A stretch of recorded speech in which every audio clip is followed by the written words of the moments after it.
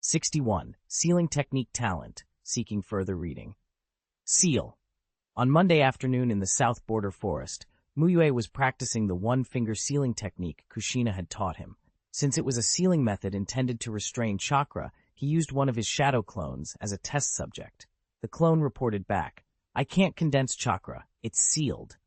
But I feel like I could break through if I used my full strength," the clone added. Mu Yue nodded. No wonder Minato had said this sealing technique had little practical combat value. Even though he had just learned it, a shadow clone operating at only half his chakra thought it could punch through the seal with maximum effort. That showed the technique's restrictive power was minimal.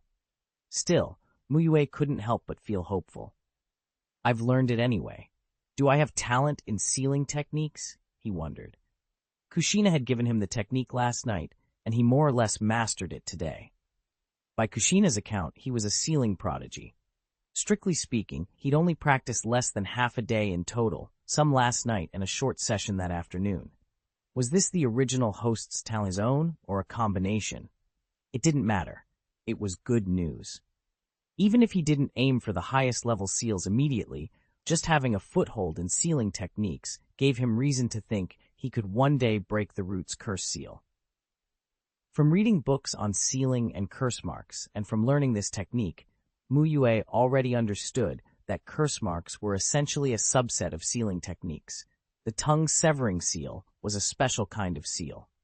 Seals were typically undone two ways, either by overpowering them directly with overwhelming chakra or by using the corresponding unsealing technique. He judged forcing a break with chakra to be unreliable.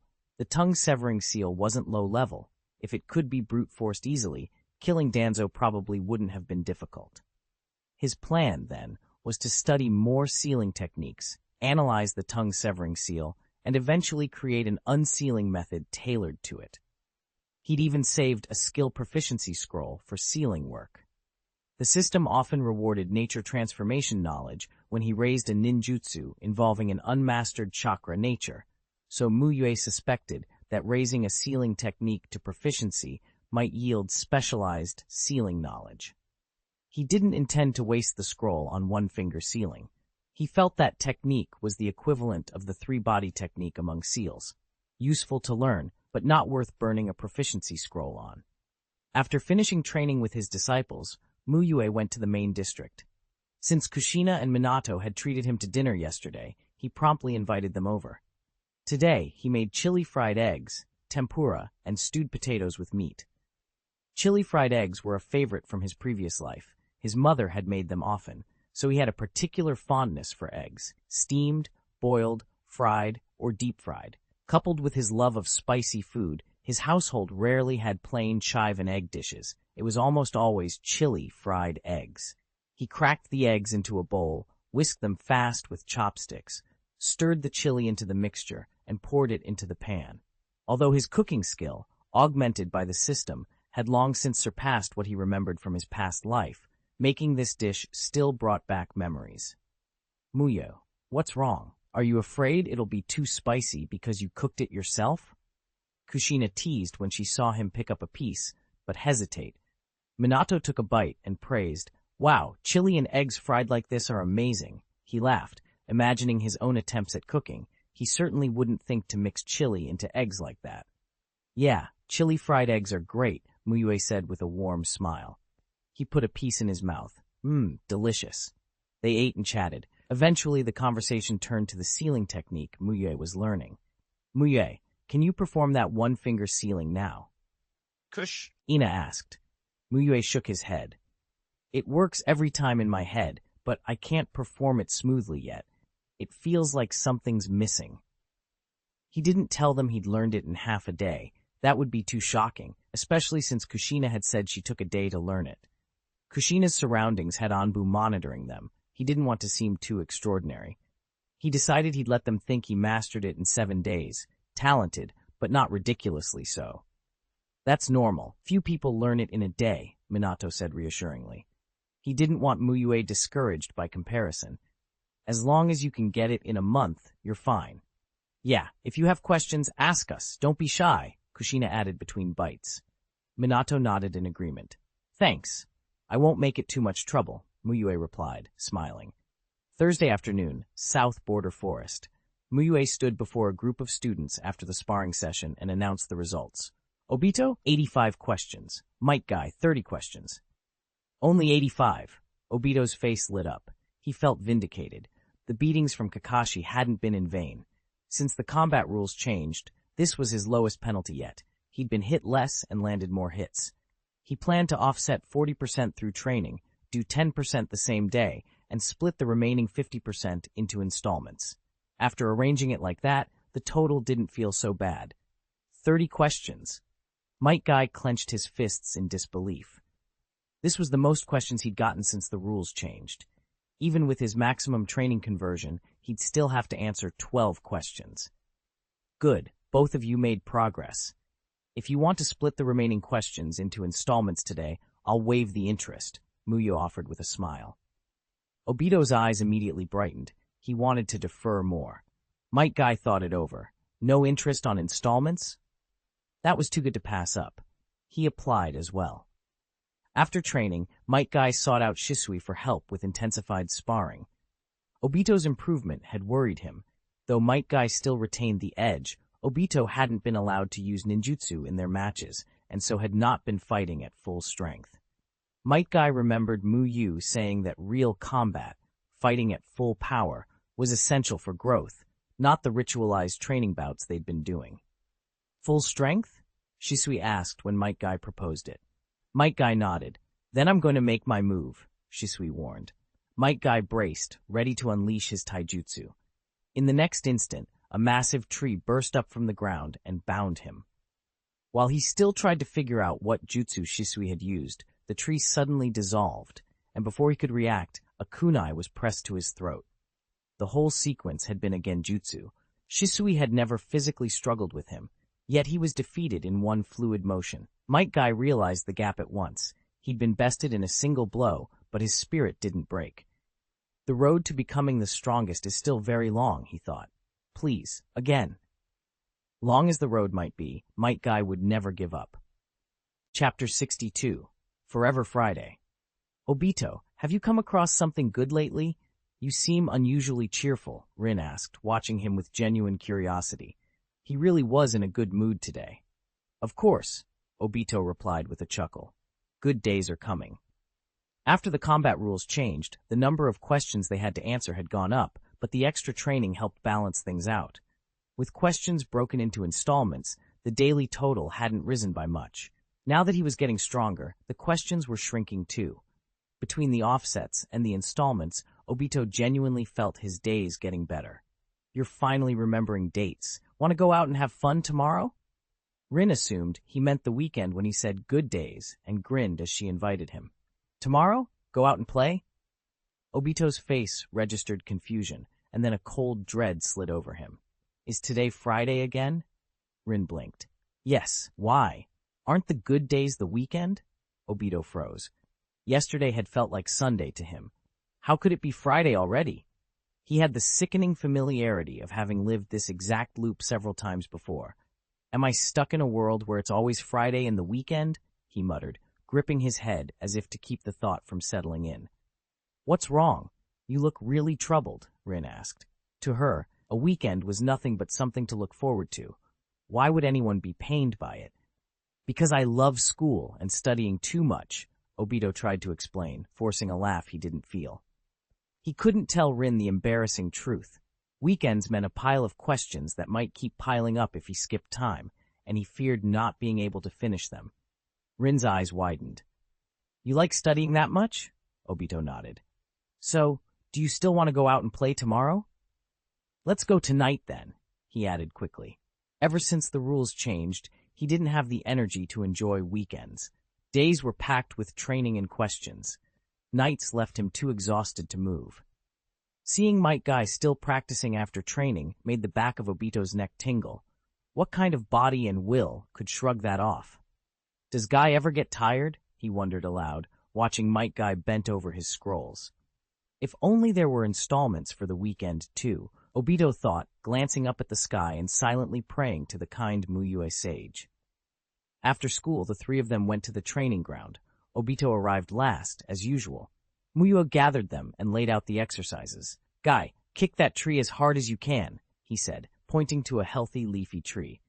Metkai grinned and strode up to it. He channeled his chakra and launched a rapid whirlwind kick. Crack! The trunk snapped and the tree toppled, split clean by the force of the blow. "My strength can already bring down a big tree," Guy gaped, half in triumph, half in disbelief. He'd seen Mu Yue do similar feats before, and hadn't expected to reach that level so soon. Next, Mu Yue created a large pit with a ninjutsu circle and filled it with water. He looked at Obito and said, "Obito, use fire release, great fireball technique with everything you've got. Hit the pit." Obito formed the seals and expelled a massive fireball. The torrent of flames vaporized the water in an instant, leaving only blackened, scorched earth behind. He stared at the emptiness where the water had been. This is the power of my fire release." He remembered that 3 months ago his small fireball couldn't clear half a meter of water. Now a pit several meters across evaporated in a flash. Mu Yue had them go back over fundamentals, tree climbing, water walking, and other exercises they'd struggled with before. Obito discovered he moved through them almost casually now. He could run across water without being knocked off balance, climb even the tallest trees with ease, melt ice blocks the size of 2 heads without breaking a sweat, and perform fire release, great fireball, and fire release, great dragon fire technique readily. To cap the session, Mu Yue put them through a mock exam. Obito's eyes widened when he saw his score. 60 points? Really? He'd never seen so high a mark. Getting 30 had already been a milestone. Metkai's paper read 54 and tears of emotion literally welled in his eyes. He looked at his score like it was a miracle. Obito couldn't help asking, half joking, half awed, "Mu Yue-sensei, you're actually the six-path sage, aren't you?" Mu Yue just smiled. The hard work had paid off. Obito felt it in his body and in the numbers, his nature transformation, his ninjutsu, taijutsu, chakra control, even the theoretical knowledge reflected on paper. He had strengthened on all fronts. For the first time he let himself imagine it. If he kept this up, maybe he could really become Hokage of Konoha. "You talk so nicely," Mu Yue said, amused. "Want to come collect interest-free payments today, too?" Obito laughed. If only the installments could be interest-free tomorrow as well. "Dream on," Mu Yue replied, tapping Obito's head with 2 fingers. That special benefit was only for yesterday.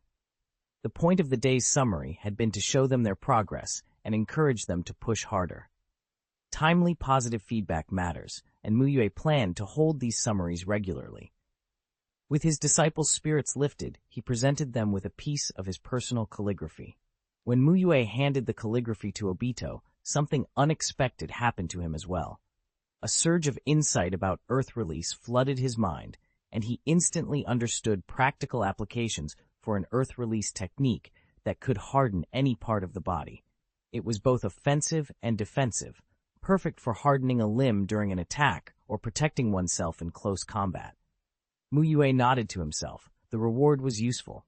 "Never forget your original intention." The characters flowed across the scroll. Obito studied them, trying to tease out any deeper meaning, but couldn't settle on any special interpretation. "Heaven rewards the diligent," Metkai said, scratching his head and smiling. Even without a clear reading of the calligraphy, he felt the truth of the words in his chest. "Those who follow the Tao gain much support. Those who stray from it gain little," Shisui murmured, frowning. He couldn't quite pin down what it meant to be a follower of the Tao or one who strayed. They stood together under the late afternoon light, each carrying a different understanding of the day's lesson. Whatever tomorrow, Friday or otherwise, held for them, the training had made one thing clear. Their efforts were moving them forward. Chapter 63. Good brothers. On Sunday evening, while they were preparing dinner, Mu Yue mentioned that he'd mastered the one-finger sealing. "You already learned it? Let me see. Exactly 7 days." Kushina counted on her fingers and confirmed it. "Learning it in 7 days means you have a very good talent for sealing technique, Mu Yue," she said with a smile, genuinely pleased. With that kind of aptitude, promotion to special jonin wouldn't be far off if he kept studying. "I actually think the main reason I learned it so quickly is because Minato-sensei and Kushina-sensei taught me so well," Mu Yue said as he set the dishes on the table. Earlier, Minato and Kushina had been teasingly calling him Mu Yue-sensei, so this felt like fair payback. Heh, of course, Minato's sealing technique was all taught by me, hand in hand, Kushina said proudly. Since her relationship with Minato had improved, she'd been pushing him to get stronger, dragging him into sealing technique practice more and more. Under her careful guidance, Minato had become extremely skilled, mastering many advanced seals. Maybe she did have a knack for teaching. She'd only taught 2 people sealing technique, Minato and Mu Yue. Minato was already a master. Mu Yue had learned 1-finger sealing in a week. Kushina-sensei, enough talking. Dinner, Minato teased as he served Kushina some rice. Student Minato, who told you to speak to your teacher like that? Your punishment is to serve your teacher more dishes, Kushina replied in the exaggerated tone of a strict academy instructor. All right. Minato put on a helpless smile and played along, offering her another plate. Mu Yue, standing nearby, felt a little odd. This was his home, yet the teasing made him feel like taking his bowl and eating outside. He switched into eating machine mode. If you two keep this up, I'm going to eat all the food, he warned, then promptly started devouring his meal.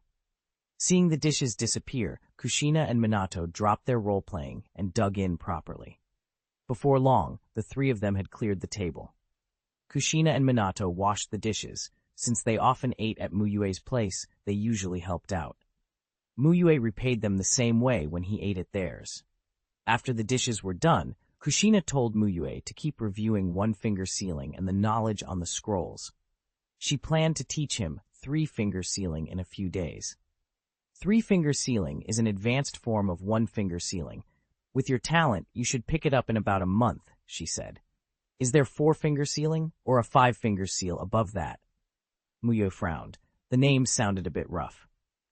There's no 4-finger sealing, only the 5-finger seal, Kushina replied.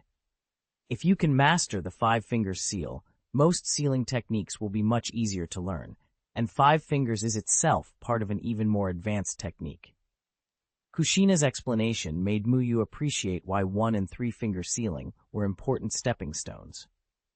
What do you 2 want me to make tomorrow? I'll get the ingredients ready, Mu Yue asked. Since Kushina and Minato were teaching him, he wanted to show his appreciation. Braised pork belly, Kushina answered immediately. Stir-fried mushrooms, Minato said after a moment's thought. Kushina's choice was expected.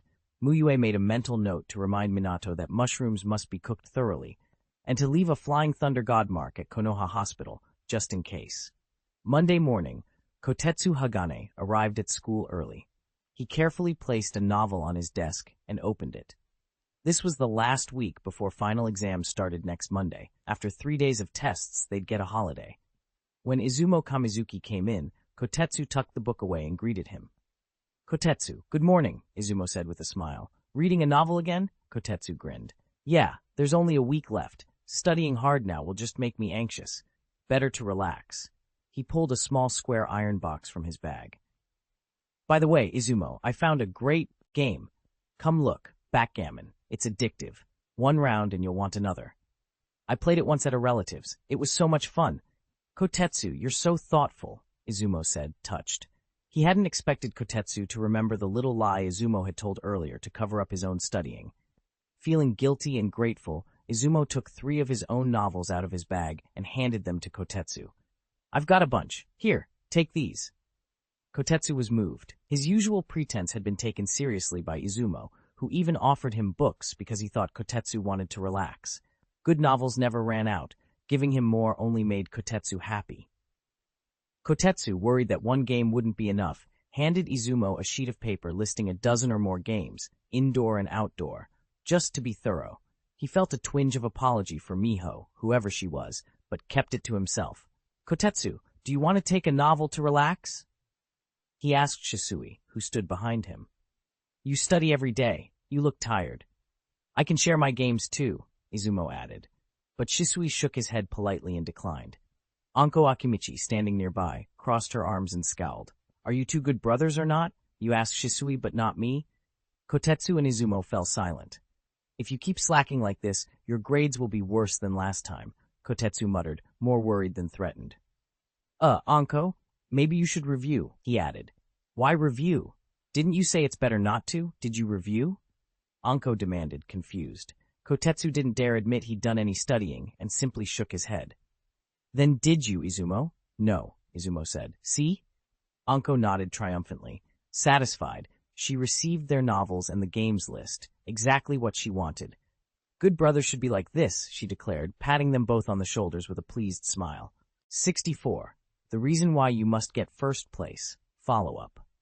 Next, I still have to do 25 problems every day for 10 days straight to pay off all the installments. On the way to South Border Forest, Obito was doing the mental arithmetic of the workload piled on him. I won't even finish them by the start of vacation. He scratched his hair, feeling a little tense. Old debts of practice problems were stacking up, and new ones kept getting added every day. If this went on, he joked to himself, he'd be solving problems forever. After they arrived, Mu Yue called Metkai and Obito over. Next week's the final exam, so I'm changing the training plan. Change the plan? There's only a week left. Do we really need that? Obito's voice tightened. The last change had jumped their battle workload from around 30 problems per match to over 100, and he was still reeling. Cancel the Taijutsu battles for now. Each of you will train individually. Mu Yue explained the change, then turned to Obito with a smile. Are you sure that's unnecessary? It's very necessary. Obito said it seriously. Battles weren't the problem. The real relief was not having fights and not taking on new problems. He threw himself into flattery. Teacher Mu Yue, your decision is brilliant, a stroke of genius, masterful and well-planned. He ran out of breath and sense by the time he finished.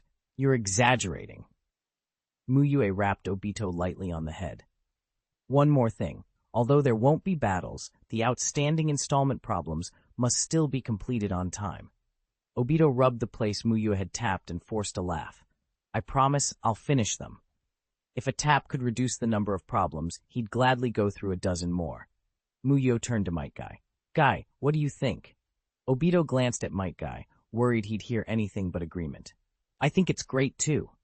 Metkai replied quickly, afraid Mu Yue might misunderstand his silence. He had only been quiet because Obito had already spoken. What person actually enjoyed doing problems? Relieved, Obito smiled and gave Metkai a thumbs up. Metkai flashed his own brilliant grin and returned the gesture. They had an accord. Train hard, Mu Yue said, smiling. This week I won't interfere. Train however you want, practice what you like, and leave whenever you need to. That's fantastic. Obito basked as if Mu Yue's whole body glowed. Shisui, come here for a moment. Mu Yue called to the boy who had been training. Shisui stopped and walked over. After a month of intensive conditioning, your body is much stronger. You can begin preliminary training for the new body flicker technique, Mu Yue announced. For the past month, Shisui had concentrated solely on his physical conditioning and temporarily set aside other training. The enormous training load had paid off. His body really had improved. Between the system's secret medicine that repaired his body and erased lingering injuries, and Mu Yue's relentless pushing, Mu Yue felt Shisui was now ready to start learning the water instant body. At the mention of the body flicker technique, Obito and Metkai both leaned forward, interested. Weren't you supposed to get first in the practical exam? Obito asked. This was a reward for Shisui. Do you think he won't get first in his grade? Mu Yue smiled. Obito thought it over and realized Mu Yue was right. If Shisui, who was stronger than him, entered the contest, first place for the first years was practically decided before it began. Mu Yue took Shisui's hand, and with a single water instant body movement, appeared more than 10 meters away in an instant. Obito watched that seemingly instantaneous movement and couldn't help but feel envious. If he had a body flicker technique like that, how cool would he be? Coming into class, he could be seen only as he stepped through the doorway and instantly seated. If the teacher called him to the podium, he'd disappear from his seat and appear on the platform in a puff of wind. He could even help Grandma and Grandpa cross the street faster and make them giggle from the rush of wind. I must get first in the practical exam, Obito swore in his heart. Rin has to know I've gotten strong. Kakashi won't be able to look down on me anymore. Kakashi had teased him too often. This time he would show everyone. So fast, if I master this body flicker technique, I might have a shot against Kakashi, Metkai thought, watching Mu Yue vanish and reappear in the distance. For Obito's standards, it was blinding speed, but against Kakashi, it still wasn't enough. If Metkai could learn this technique, he could use the speed to surprise Kakashi. Even if he couldn't beat him outright, he wouldn't be left so disheveled as last time. To beat Kakashi, I must obtain this body flicker technique. I must win first place in the practical exam, Metkai burned with determination, wishing they could skip the rest of the week and go straight to the practicals. Mu Yue observed Obito and Metkai out of the corner of his eye and nodded inwardly. This was exactly the effect he wanted. Sometimes letting students exercise their own initiative is more effective than assigning rigid tasks. With the body flicker technique dangled as a reward, motivation would be plentiful. And with Metkai, such a self-driven training fanatic, there was no chance Obito would slack off. Watching a classmate and rival train hard would keep him on his toes. This body flicker technique is called the water instant body, Mu Yue began to explain to Shisui. The main challenge is repeatedly forcing bursts of chakra to strengthen the body in a short time, achieving extremely high-speed movement. The version of the water instant body in One Piece relies on the reactive force from stepping on the ground dozens of times instantly to move at high speed. When Mu Yue had first watched that anime, it seemed far-fetched. But thinking it through, with the sorts of physiques in that world, it might be possible. The Ninja World's version, modified by the system, is very much a shinobi technique. Instead of relying on repeated reactive stepping, the Ninja World's water instant body uses a special chakra method to repeatedly reinforce the legs while quickly stepping, producing a sudden burst of speed. The core of the technique is that special chakra application, very much in line with ninja methods. Repeated reinforcements in a short time? Shisui looked surprised. He had never heard of anything like it. No wonder Mu Yue had made him focus on conditioning for a month. The older body flicker technique involved only a single reinforcement and still caused fatigue if overused. This water instant body sounded far more advanced. Shisui's anticipation grew. If he mastered it, his speed would increase dramatically. Chapter 65, on Monday, exam day. Kotetsu Hagane didn't bother getting to ninja school early. He'd spent the last 2 weeks reviewing, so there was no need to scramble for an extra 10 or 20 minutes in the morning. On the way, he ran into Izumo Kamizuki, who was also heading to school. "Izumo, good morning," Kotetsu called with a bright smile. "Morning, Kotetsu," Izumo replied, returning the smile. "How was your weekend? Spent both days studying?" "Studying? Come on," Kotetsu said with a shake of his head. No respectable person crams right before an exam. "Does last-minute studying really show your true level?" Izumo agreed with a laugh. The two exchanged a glance and then burst out laughing together. "Sugoroku's a blast. Kotetsu, you have to try it after the exam," Izumo said like a hardcore gamer, though inwardly he thought, this should be safe. Kotetsu must really not have studied. My only real rival is Shisui. I'll try it when I get the chance. The novels I've been reading lately are also really good. You should check them out if you have time, Kotetsu said cheerfully, recommending books as if he'd actually finished them. He thought to himself, that should lock it in. Izumo didn't study and was just playing games. My real opponent is Shisui. Haha, I'll read them when I can, Izumo chuckled in a very good mood. What are you two so chipper about? Anko said from behind, patting both their shoulders. We're talking about how we spent the weekend, Kotetsu explained. Playing? Neither of you studied? Anko asked. Of course not. Did you study both days, Anko? Izumo asked, surprised. No, I only studied one day, Anko said after a pause. She had actually read for half an hour on Sunday evening, but since Izumo had asked about spending both days studying, saying half an hour sounded embarrassing, so she fudged it and said one day. Oh, you studied one day? Pretty good, Kotetsu said with a smile. One day couldn't threaten him. He'd reviewed for half a month, after all. In fact, he thought Anko should have studied both days. If you get something nice for doing well, don't forget your brothers, Izumo joked. Heh, with your games and my novels, it's not impossible, Anko said in a good mood. The three of them laughed as they walked to ninja school and took their seats in Class 1, Grade 1 to wait for the exam to start. Soon Mu Yue and Ueda Aya entered the classroom. This time, Mu Yue would be the invigilator. "Teacher Mu Yue," the students called as Mu Yue walked in. He smiled and greeted them back. "Is Teacher Mu Yue invigilating this time?" Kotetsu asked. Mu Yue nodded. "Teacher Mu Yue, can I ask you if I get stuck on a question?" Anko asked, already knowing full well the answer. Mu Yue reached out and tapped the top of her head with two joined fingers. "You can ask," he said, "but the only answer I'll give you is this." Ouch! Anko covered where she'd been tapped and immediately fell in line.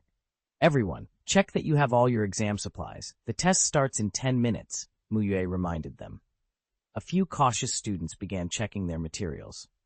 "Teacher Mu Yue, you're really popular with the students," Ueda Aya commented. She'd noticed nearly everyone had greeted Mu Yue, unusual in a class of 40, where some were always quieter or reluctant to join in when others were already speaking. "I'm their homeroom teacher," Mu Yue replied simply. 10 minutes later, Mu Yue announced the start of the written exam, and he and Ueda Aya handed out the test papers. Class 1 worked silently through the exam. Not a single student dared to talk. Mu Yue and Ueda Aya took turns walking up and down the rows. While patrolling, Ueda Aya casually glanced over the students' papers. The quiet had a strange effect. She found herself pleasantly surprised. From the handful of papers she saw, the answers looked correct at a glance. "Teacher Mu Yue, I think your class's average will probably top the grade again this time," Ueda whispered. "It's hard to say until the results are out," Mu Yue Ansui read softly. He preferred to stay modest, even if the results were good. When the time was up and the papers were collected, the mood in Class 1 shifted instantly. "It's finally over," Kotetsu said with a relieved grin, as if a weight had been lifted. Between studying every day and having to keep Izumo from preparing, he'd been exhausted. "Yeah, after the practical exam, we'll get a long break," Izumo added, relaxing at last. With the written exam done, he wouldn't have to keep up his act any longer. "Kotetsu, Izumo, how do you think you did?" Anko leaned in to ask. "So-so. That one felt pretty hard," Kotetsu sighed. "Same. There were a bunch I had no idea about. I just wrote something and hoped for the best," Izumo said, worry creasing his face. "Huh? It felt easy to me. Maybe yesterday's review paid off?" Anko scratched her head, feeling the Dango prize edging closer. "Shisui, how about you?" Anko asked as Shisui was about to leave. "So-so," Shisui said after a pause. "It felt like the last test, nothing special. Why am I the only one who thought it was easy? Did I actually do well?" Anko wondered, feeling hopeful. "Tomorrow's the practical exam. Everyone, we have to perform well so that female invigilator can see our ninjutsu level." Anko reminded them of their old scheme to influence the physical prowess instructor. "Definitely. This time, we have to make the school replace her with a reliable physical prowess teacher," Kotetsu agreed. "Actually, it would be great if Teacher Mu Yue taught us," Izumo said wistfully. "But that would be too exhausting for him to take on so many classes." Other students chimed in, promising to give it their all tomorrow. They were determined to put in 120% effort and do well in the practical exam. Chapter 66, True Ninjutsu Talent. The practical exam on the second day was held on the training ground, just like before. After all the students had drawn their lots, Mu Yue announced the start. Examinee number 1, Kotetsu Hagane, and examinee number 2, Koji Mine, please enter the examination area. Kotetsu knew he'd go first, so he'd already warmed up. "I'll lead. Cheer loud for me," he said, waving to his two good brothers before stepping onto the clearing. "Don't lose in the first round," Izumo called out, cheering him on. Kotetsu and Koji went in together. They didn't waste words. Forming the confrontation seal, they began the fight as soon as Mu Yue called, "Start." Although the objective was to win the match, it wasn't about theatrics. It was about proving concrete ability to the supervising teachers, showing the true gap in the students' ninjutsu and taijutsu. So they opened with taijutsu, clashing to probe each other. Kotetsu's greater strength gave him the edge in the first exchange, but Koji switched tactics. He used a substitution technique to create distance and then split into two clones to distract and look for an opening. Koji's three-body technique was well practiced, but Kotetsu's use of it was even more inventive. Kotetsu first made a chair clone, then two normal clones. He used the regular clones to confuse Koji, then dispelled the chair clone and created a regular clone from it, finally transforming himself into a chair. Koji, naturally, didn't suspect a walking chair and was caught off guard, felled by a single strike from Kotetsu. Isn't that Kotetsu Hagane? One of the 3 ninjutsu talents everyone's been talking about? That enemy confusion technique was clever, Ueda Aya praised. She taught ninjutsu for 2nd grade, and even the best student in her class didn't compare to Kotetsu here. His clone technique alone was textbook perfect, and in her view already at a graduation-worthy level. Koji had fought well too, good enough to beat most of Ueda Aya's students. When she graded, Ueda Aya gave Kotetsu a perfect 10 for ninjutsu. For 1st grade, this level warranted full marks. For taijutsu, she awarded him 7.1, respectable, but not outstanding. Koji got only 5 for taijutsu. Both scored 5 in shuriken throwing, and for hand seals, Kotetsu received 8 points, while Koji got 7.5. In the end, Kotetsu's total was 30.1, already an excellent score. The school's scoring was strict. Over 20 indicated very good, over 30 signified exceptional. Kotetsu works hard, Mu Yue said, nodding as he collected the papers. He'd glanced at the sheets and expected high marks. Examinee number 3, Izumo Kamizuki, and examinee number 4, Yuki Koizumi, prepare. Mu Yue called the next pair while he finished grading. This is my turn. Izumo grinned and high-fived Kotetsu as he walked back. You can do it, Izumo. Anko raised her fist in encouragement. Izumo's approach was steadier than Kotetsu's. He didn't turn into a chair. He waited for an opening and used the enemy confusion technique to conjure a towering, blue-faced, fanged monster to terrify Yuki Koizumi, winning the bout instantly. Another one of the 3 ninjutsu talents, isn't he? He really is a natural, Ueda Aya said. Izumo's ninjutsu was excellent. She gave him full marks. His total score was 30.5, and his hand seals rated slightly higher than Kotetsu's. As Ueda Aya graded through the rounds, she realized she'd been mistaken in her first impression. After 5 rounds, she hadn't given any student less than an 8 in ninjutsu. The quality of the 3 body technique performances was astonishing. Examinee number 11, Anko Mitarashi, and examinee number 12, Keiji Shima, prepare. You two watch closely. I'll show you what a true enemy confusion technique looks like, Anko declared, unimpressed by Kotetsu's chair illusion. What's wrong with a chair? Anything that wins is fine, Kotetsu protested. Izumo defended his method too, but Anko didn't argue. She'd prove it in combat. Keiji's taijutsu was inferior to Anko's and he was pressured from the start. Anko quickly formed hand seals and created 7 or 8 clones that all looked like Keiji Shima. Then she used the transformation technique to take on Keiji's appearance herself. Suddenly the exam area was full of identical Keijis running about, while Anko's true form vanished. Teacher Mu Yue, your student, she really is a talent, Ueda Aya exclaimed. In all her years supervising exams, she had never seen anything like it. Mu Yue considered for a moment. Her thinking is unusual, he said. Keiji watched his own doubles in bewilderment. He tracked each one closely, but ultimately was still caught off guard and taken down by a single strike from Anko. Her ninjutsu received a perfect 10. Ueda Aya almost felt the 10 was too small to measure Anko's level. Anko's total score was 36, perfect in everything except taijutsu and shuriken throwing. Ueda Aya felt like she was supervising a higher grade. The ninjutsu level across the class was simply beyond what she had expected. She had supervised Class 1, Grade 1 before, and praised them then, but this group was on another level. Teacher Mu Yue, your class's ninjutsu is amazing. The whole academy should learn from how you teach, Ueda Aya praised. 1 or 2 standout students might be natural talent, she reasoned, but for an entire class to be so strong meant excellent instruction. It's the students' hard work, Mu Yue replied modestly. But with his mastery of the 3-body technique and his teaching skill, few in Konoha could teach ninjutsu better than him. Examinee number 38, Uchiha Shisui, prepare for the exam, Mu Yue called. At the name, Ueda Aya straightened. Shisui was the student she'd most been looking forward to. In the last round, he'd shown strength comparable to Kakashi at the same age. Candidate number 37, Okazaki Isamu, and candidate number 38, Uchiha Shisui, please enter the examination room. Okazaki Isamu froze when he heard who his opponent was. Shisui was the one student in Class 1, Grade 1 nobody wanted to face. There was no mystery to it. Shisui was simply too strong. In the last exam, he'd taken first in both the class and the grade, decisively outmatching even Anko, who had come in second. The practical exam scoring was based on observed performance. An instant defeat meant the proctor couldn't see much, and the score suffered. Still, Isamu had drawn Shisui and had to accept his luck. He stepped into the room. When Mu Yue announced the start, Isamu wasted no time.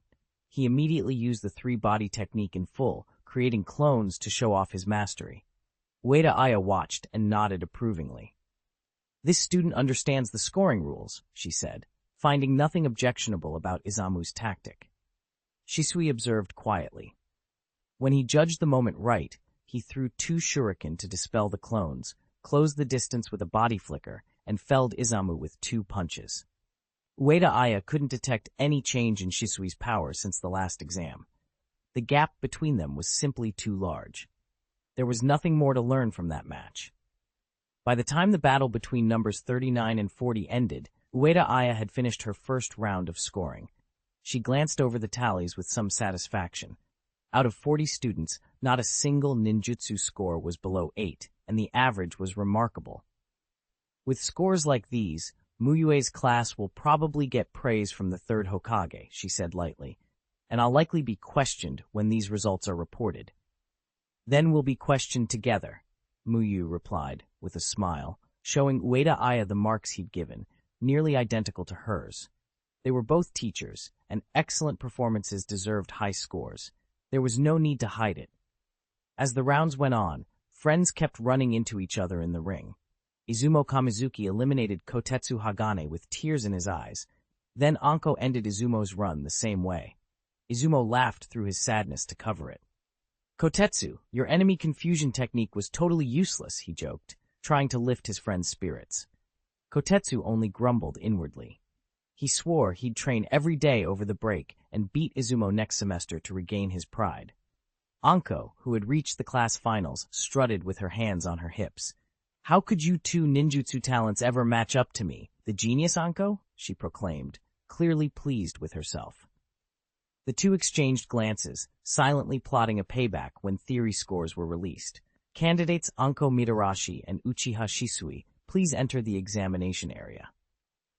The final match of the class practical exam was about to begin. Ueda Aya watched with interest. Anko had been second in the last exam and was arguably the strongest student after Shisui. She should push Shisui more than others had. Anko didn't underestimate him.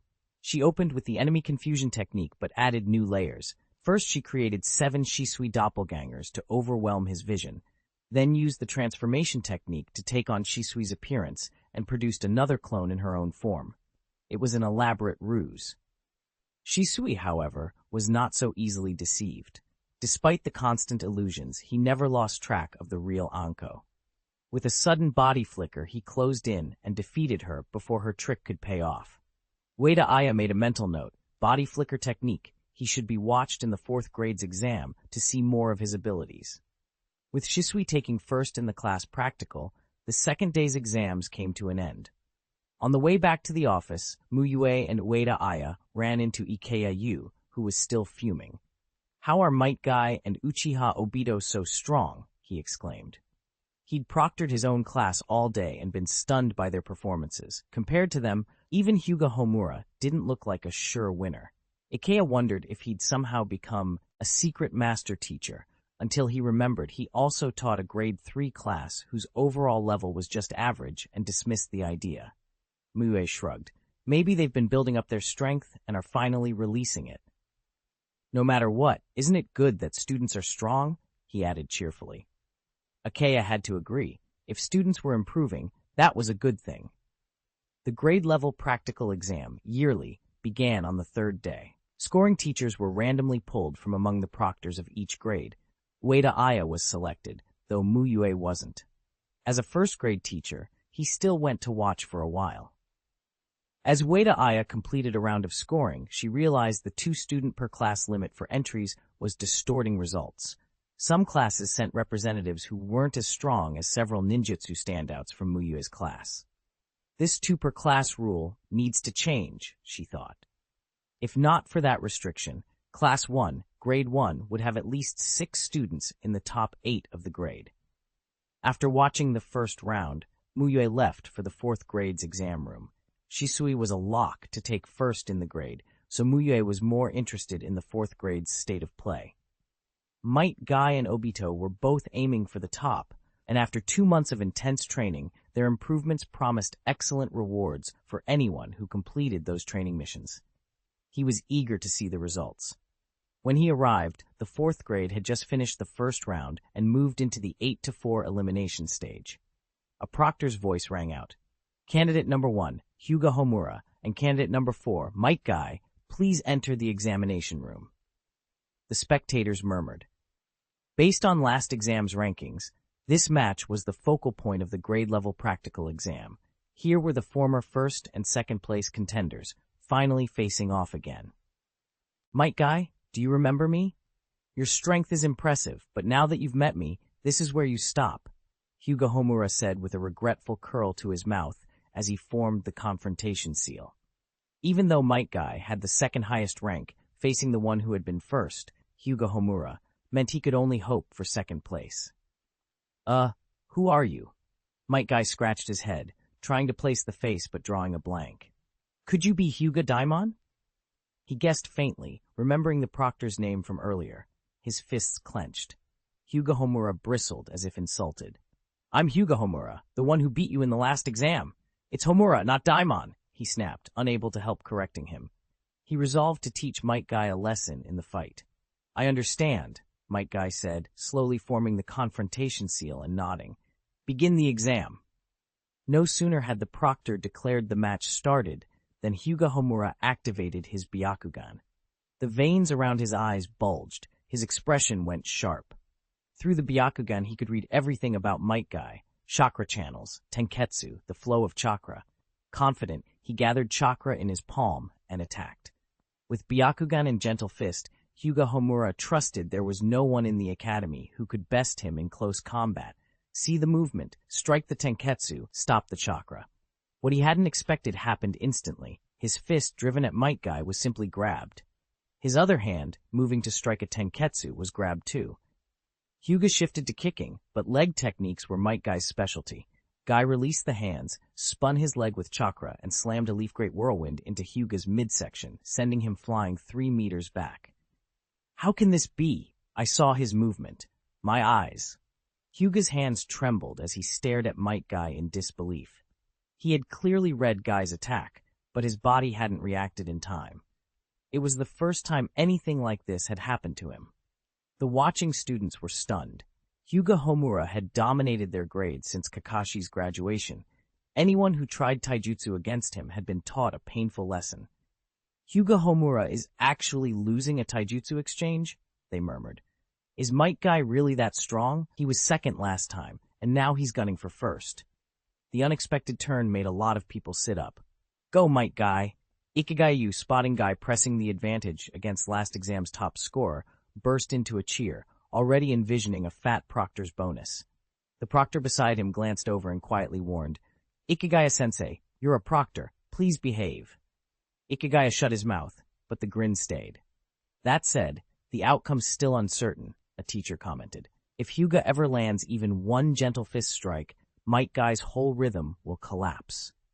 Several teachers nodded. A gentle fist hit wasn't mere pain. It meant chakra injected into the body, a disruption that could be game-ending. Hyuga had many chances to make mistakes. Metkai's loss hinged on avoiding that single, precise blow. Ikigaya noticed the speaker was Hyuga Homura's homeroom teacher. He said nothing in rebuttal. After so many first-place finishes, Hyuga's teachers were understandably wary. What happened next exceeded everyone's expectations. Hyuga launched several determined attacks, but could not land a single hit. Each time, Metkai snatched a limb, countered, and kicked him away. If you covered his eyes, you'd think Guy had a Byakugan, the students joked, impressed. The roles had been completely reversed. Nearby, Obito watched and remembered the brutal training that had produced Guy's so-called body flicker. Matches where every hit meant extra homework, twice the problems for a single strike, and whole sessions could pile up dozens of extra exercises. The only way to avoid that punishment was to hit without being hit, a merciless regimen that had forged Guy's current reflexes. Obito still had a few of those assigned problems left to finish, a reminder of how punishing their past had been. And, damn, what's going on? Hyuga, increasingly anxious, didn't understand how Metkai had improved so much since their last encounter 2 months ago. Desperate to regain control, he opened himself up in the attempt to force an opening. Metkai felt it, gathered chakra in his leg, and exploded into the kick he favored most. Leaf Great Whirlwind. The chakra-reinforced spinning kick struck with brutal efficiency. Hyuga Homura crumpled to the ground, unconscious. Contestant number 4, Metkai, wins, the proctor announced. The grading proctors awarded Guy a perfect 10 for Taijutsu. Hyuga Homura received a 9.9, but the teachers all knew the gap was far greater than a mere 1/10 of a point. It was risky for Guy, Ikagaya said with a satisfied smile. Good thing Hyuga didn't land a gentle fist blow, otherwise that could have been terrible. Hyuga's homeroom teacher opened his mouth to answer but fell silent. The spectators whispered that the first-place spot for the grade now seemed likely to belong to Metkai. Not necessarily, Uchiha Tekka objected. Uchiha Obito's fire release is strong. No matter how good Guy's taijutsu is, can he stand up to fire at this level? Tekka, having lost to Obito earlier in sparring, hoped Obito would take top honors. Obito soon answered for himself in the ring. He dispatched Shiranui Genma, the first-place student of Class 6, easily. His potent fire release combined with crisp taijutsu made it clear Obito was a serious contender for first, now that Hyuga had been felled. If Ikagaya weren't stuck proctoring and grading, he thought, he'd drag Mu Yue to an izakaya for drinks. Between these two students, his bonuses were looking very secure. 69. Completion of training tasks. Please read. Contestants Metkai and Uchiha Obito, please enter the arena and prepare for the exam. As everyone expected, the final 2 contenders for first place in the 4th grade practical exam, yearly, were Metkai and Obito. Metkai had defeated Hyuga Homura, last exam's top student, while Obito had shown impressive power throughout his matches. Obito, you can do it! Rin Nohara, watching from the sidelines, clenched her small fists and cheered. Rin, just you wait. I'm going to win, Obito said with a confident smile, waving at her. He was determined this time. To get stronger, he had put up with a lot, especially that irritating Kakashi. After a month of nature transformation and ninjutsu training and another month of intense taijutsu practice, he was no longer the same Obito from 2 months ago who was easily beaten in close combat and couldn't use ninjutsu well. Teacher Mu Yue, watch me. Obito noticed Mu Yue had come to the exam and called out, I'm going to be first. Metkai flashed a radiant grin, his 2 rows of white teeth dazzling in the sunlight. When it came to confidence, he wouldn't lose to Obito. Even after failing the Ninja Academy entrance exam once, he still believed he would become the strongest. And with Teacher Mu Yue watching today, Metkai was even more determined to show his best. All right, let's do this. This practical exam allows ninjutsu, Obito said, already forming the seal of confrontation. Then let's see whose youth can burn brighter, Metkai replied, forming the same seal. Watching the 2 form the seals, Mu Yue ran a few mental predictions. Their overall strengths were similar. Obito's taijutsu wasn't as refined as Metkai's, but Obito knew 2 fire release techniques, while Metkai's ninjutsu was limited to the 3-body technique. Still, Mu Yue felt Metkai had a slight edge. Guy, who often appeared a bit scatterbrained, was calm and composed in combat. Obito was more impulsive and easier to throw off. That steadiness might make the difference. Begin the exam. At the proctor's signal, Metkai burst forward, delivering his signature taijutsu kick. Leaf Whirlwind. Obito, who'd been on the receiving end of this move many times, was ready. He sidestepped the kick and retreating, threw several shuriken to force Guy back. Metkai half-guessed Obito's plan, but Obito's shuriken technique was solid, and Guy had to dodge. As Obito created distance, he didn't hesitate. He formed hand seals and unleashed his most practiced fire release. Fire release. Great fireball technique. Flames streamed from Obito's mouth, coalescing into a towering fireball 2 people high that hurtled toward Metkai. A student nearby couldn't help but express envy. To be from a clan, even before graduating, they can learn techniques like that. Ninjutsu isn't easy, another student snapped back. Even with a scroll, you might not learn it. A chuunin teacher who knew fire release watched, impressed. This level of fire release isn't something a student or even some genin should have. Yeah, another teacher agreed. You can tell he's from the Uchiha clan. The fireball slammed forward. Metkai avoided its edge and slipped out of range and then used a kunai to block the shuriken Obito through while retreating, a move that let him get clear before the fireball detonated. Lucky his shuriken throw isn't as precise as Shisui's, Guy breathed, feeling a little relieved. When he fought Shisui's throwing technique had been a real problem. By comparison, dealing with Obito felt comfortable. Obito silently second-guessed his choice. The Great Fireball technique was harder to land than the Great Dragonfire technique he also knew.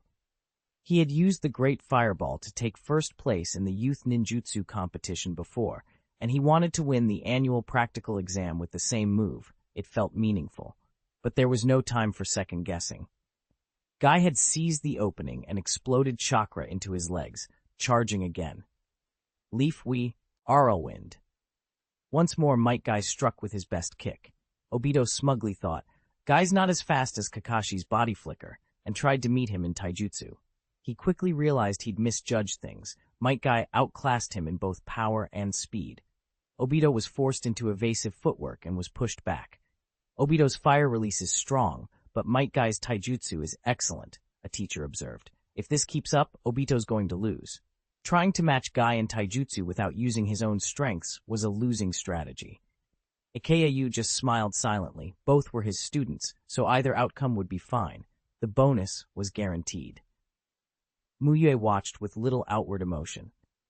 In truth, it didn't matter much who won. Both boys had training missions to complete. Mu Yue was more curious about what rewards the students would receive afterward. Metkai gathered even more speed and struck with his top move. Leaf Great Whirlwind. The sudden burst of speed caught Obito off guard. He couldn't dodge and was kicked several meters away. The 4th grade practical exam yearly is over. The final winner is Metkai, the proctor announced. As the exam ended, Mu Yue's system chimed that the training mission was entering settlement. A broadcast message followed. Everyone, please be sure to complete the readings on Sunday, Monday, and Tuesday. Next week is the last chance. Success or failure depends on this attempt. Chapter 70, 4.5 Kakashi Chakra. Disciple Metkai has completed the training mission. Reward, Chakra 1000, Rock Breathing. Disciple Uchiha Obito has completed the training mission. Reward, Chakra plus 700, Fire Release, Great Fire Destruction. Several system messages flashed across the panel. So the final completion rate really affects the rewards, Mu Yue thought, piecing together how the training mission rewards were calculated. The payout had 2 components, the strength gained during the mission and achieving the mission objective. Obito had improved his Taijutsu about as much as Metkai had, but he hadn't secured first place, hence the much smaller reward. Mu Yue's eyes lingered on the rock-breathing entry. He immediately recognized it wasn't a Hokage world ninjutsu. The destruction it implied felt foreign. From his experience with Shave, he knew the system could import techniques from other worlds and then localize them for the Hokage world. When the decades of rock-breathing training memories had flooded into his mind, he realized that the technique had indeed been localized. Going over the memories, Mu Yue thought the Hokage version of rock-breathing could genuinely be called a forbidden jutsu. Mastery granted the ability to suddenly unleash terrifying power by entering total concentration breathing at critical moments. A proficient user could maintain total concentration breathing for 24 hours, a constant state, which greatly strengthened the body and increased physical power. Beyond that, mastering rock breathing allowed one to enter the mark state, where the entire body's chakra surged outward, massively boosting overall strength. But the mark consumed huge amounts of chakra and placed tremendous strain on the body. This suits me better than the 8 gates, Mu Yue reflected. As long as he avoided deliberately entering the mark state, rock breathing was a pure benefit, excellent for physical conditioning and capable of unleashing a lot of power when needed. And actually, the 8 gates and rock breathing complemented each other perfectly. The 8 gates release wild, surging chakra that's difficult to control for ninjutsu, but the mark state of rock breathing didn't need fine chakra control. The torrent of chakra from opening the gates could sustain the mark. The only question was whether the body could withstand the combined stress. That was precisely where a breathing technique helped. Breathing techniques strengthen the body. Mu Yue concluded the combo was promising. Opening the 7th gate plus invoking the mark would be far safer than rushing straight for the gate of death. He felt this day had been an enormous gain. Obito's skilled great fire destruction was valuable, yet it paled next to the localized Hokage version of rock breathing. Mu Yue opened his personal panel. Chakra 100 skills, Chef, 3-finger sealing, Fire release, Great fire annihilation, Shave, Earth release, Earth spear, Rock breathing. Evaluation. You have mastered many ninjutsu, including high-level techniques and forbidden jutsu of terrifying power. You can unleash astonishing strength when desired. Your strength ranks among the elite of many jonin. Seeing his chakra finally in 5 digits, Mu Yue couldn't hide his joy.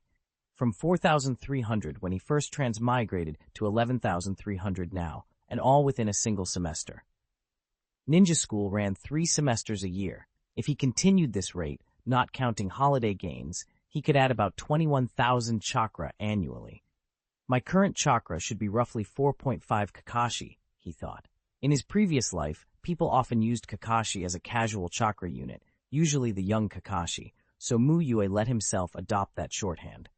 With first place decided, the exam ended and students and teachers dispersed. Obito, are you okay? Rin Nohara hurried over to him.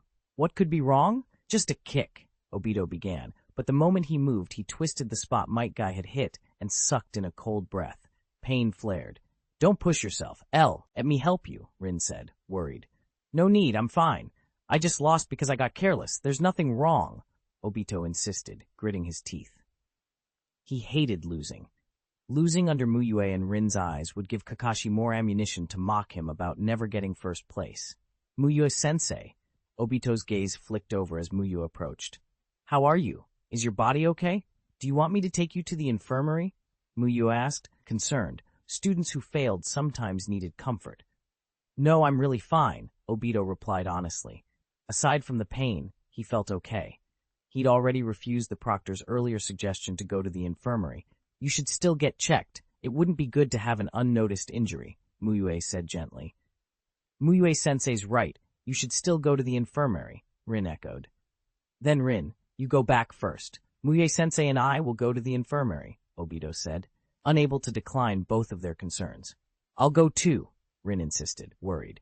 No need, Mu Yue-sensei's here, Obito protested, not wanting to trouble her.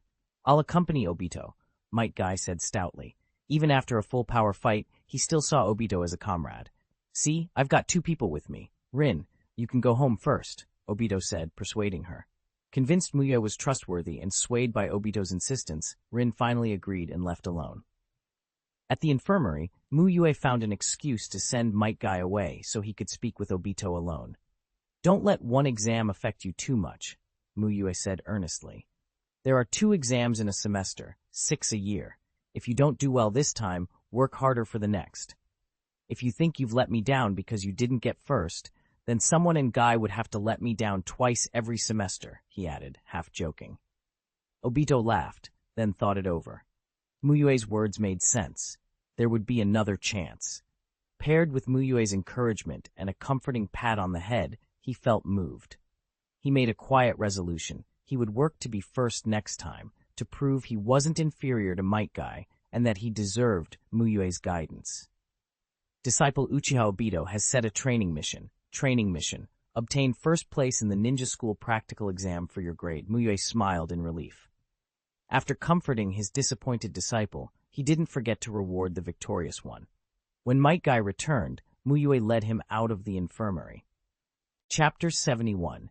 Interesting Sealing Technique. Guy, congratulations on getting first place in your grade, Mu Yue said with a soft smile. Metkai felt a little lightheaded under that warm spring-like expression. He'd always been supremely confident, convinced that constant effort and endless training would make him the strongest. He'd also known his share of setbacks, failing the entrance exam, scraping into ninja school via supplementary enrollment, being stuck at the bottom of the class, getting instantly beaten by Kakashi in their first match. Most of the time, he laughed it off and kept training. Sometimes doubts crept in, but he always pulled himself back and kept his eyes on the goal. Still, he hadn't expected things to change this fast. Last semester, he couldn't even crack the top 20 in practicals. This semester, his worst score was second in the grade, and he'd taken first in the final practical combat, now the strongest in 4th grade. He knew exactly who'd made that happen: Mu Yue. Mu Yue had taught him Taijutsu, given him precious secret medicines, and guided his training. Without that help, none of this would have been possible. "This is all thanks to your guidance, Teacher Mu Yue." Guy clenched his right fist, eyes on the verge of tears. "Don't discount your own effort," Mu Yue replied. "My guidance helps, but it's your diligence that earned you this. Keep training like this, and you'll reach your dream." Mu Yue's encouragement fired Guy up. He could already imagine himself the greatest taijutsu user. He wanted to start doing push-ups on the spot. Mu Yue handed Guy a scroll with a faint smile. "This is the training method and notes for shave. Take it home and study. I'll teach you how to practice it tomorrow morning." When the scroll passed into Guy's hands, a burst of game-like feedback rippled through Mu Yue's mind. "You gifted your disciple the training scroll for shave. The disciple is extremely grateful, triggering a massive critical reward. Leaf Dragon God, Mastery, obtained." A wave of memories, training memories of the Leaf Dragon God Taijutsu, flashed through Mu Yue. He recognized the technique immediately. In the original story, it was an advanced taijutsu developed by a master called Teacher Chen. Even Teacher Chen's own disciples hadn't learned the full Leaf Dragon God yet. That made it inappropriate, not only because of copyright reasons, but because the move demanded enormous physical and chakra resources. It wasn't something for students to attempt at this stage. "I understand, Teacher Mu Yue. I'll read it carefully at home," Guy said gratefully. He'd wanted this body flicker-style technique ever since Mu Yue taught shave to Shisui, so when Mu Yue gave him the scroll, he tucked it away like a treasure. "You don't have to come train here today. Rest and do whatever you want," Mu Yue added after a moment's thought. He was laying groundwork for Guy's next training mission. Obito, after Mu Yue's encouragement, had already set a new goal to reclaim first place in his grade. Guy, now first, hadn't yet been given a fresh mission. Training missions were a key source of rewards. Complete one, and you could get a large amount of chakra and other advanced returns. 2 weeks before finals, Mu Yue had been planning how to trigger new missions once the current one settled. For those who hadn't reached first place, it was easy. A few comforting words, and the mission to achieve first place could be triggered again. For the student who had already reached the goal, Mu Yue tailored the mission to personality and ambitions. For Guy, a mission to defeat Kakashi seemed fitting and relatively easy to provoke, especially now that Guy had grown so much. If Guy sought out Kakashi, lost, and learned from it, the mission could activate naturally. Past attempts had sometimes produced the wrong mission, only a set training plan was triggered, so Mu Yue considered trust levels and situational context. The student needed to be aware of their own strengths and willing to challenge a rival before the mission would form properly. Guy nodded and decided to find Kakashi. Since his intensified training began, he hadn't challenged his rival. His hands had been itching to spar again. After arranging this, Mu Yue returned to his own work. With Obito comforted and motivated, Mu Yue resumed studying sealing techniques, reviewing the notes Kushina had given him. 10 days had passed since Kushina had handed him the three-finger sealing. He'd actually mastered it by the 6th day. The remaining time had been spent refining and absorbing broader sealing knowledge. The deeper he dug into sealing, the more intriguing patterns he found. Under equal chakra conditions, the smaller the sealing target's influence, the stronger and harder to break the seal becomes. For example, a one-finger seal that locks the entire body's chakra is fairly easy to break. But if the same technique were tuned to seal only a specific limb's chakra, its solidity and resistance to breaking would increase dramatically. Without changing the technique itself, the more chakra the caster possesses, the stronger the seal they can produce. That explained why a technique like the Six Paths Chibaku Tensei, capable of sealing an Otsutsuki like Kaguya, ranked among the strongest seals in history, but it required the Six Paths yin-yang power to activate. Mu Yue also suspected why the Vortex clan had such a peculiar affinity for sealing. They naturally had abundant chakra reserves. Chakra, he thought, was everything. He was grateful he'd come into this world with a cheat. Otherwise, even with knowledge of the plot, it would have been hard to establish himself here. He also had to consider practical limits. With summer vacation starting, his ability to farm chakra through ninja school would slow. Classes were a steady source of chakra income. If he devoted a month's classes entirely to farming, he could pull in roughly 800 chakra. The upside of fewer classes was more time to train Metkai and Obito. More training would accelerate their growth, and, crucially, the chakra return from disciple training would rise as they improved. That evening, after buying fresh fish, Mu Yue headed back to his house in the main district. He planned to cook a new, impressive dish for Kushina and Minato. 72. If you agree not to review, you will get a 100% score. Squirrel mandarin fish? Can squirrel and fish together even taste good? Kushina asked, doubtful. It's not squirrel and fish together, Minato said while washing vegetables. Maybe the finished dish just looks like a squirrel. After all, he hadn't washed any squirrels, so there shouldn't be any in the dish. There's no squirrel in this dish, Mu Yue added as he cleaned the scaled, gutted fish. Squirrel mandarin fish is a classic Sioux cuisine dish, beautiful in color, aroma, and taste. Mu Yue had watched many videos of it in his previous life and had tried once before, but his knife skills were poor back then, and the result barely resembled the original. Now, with the chef's skill, the process was already clear in his mind before he even began. Mu Yue took a knife and cut out the backbone of the fish, leaving about 1 centimeter of the spine at the tail. He spread the fish skin side down and made slanted cross-cuts, slicing through about 4/5 of the flesh. This step was crucial. A single mistake would ruin the appearance.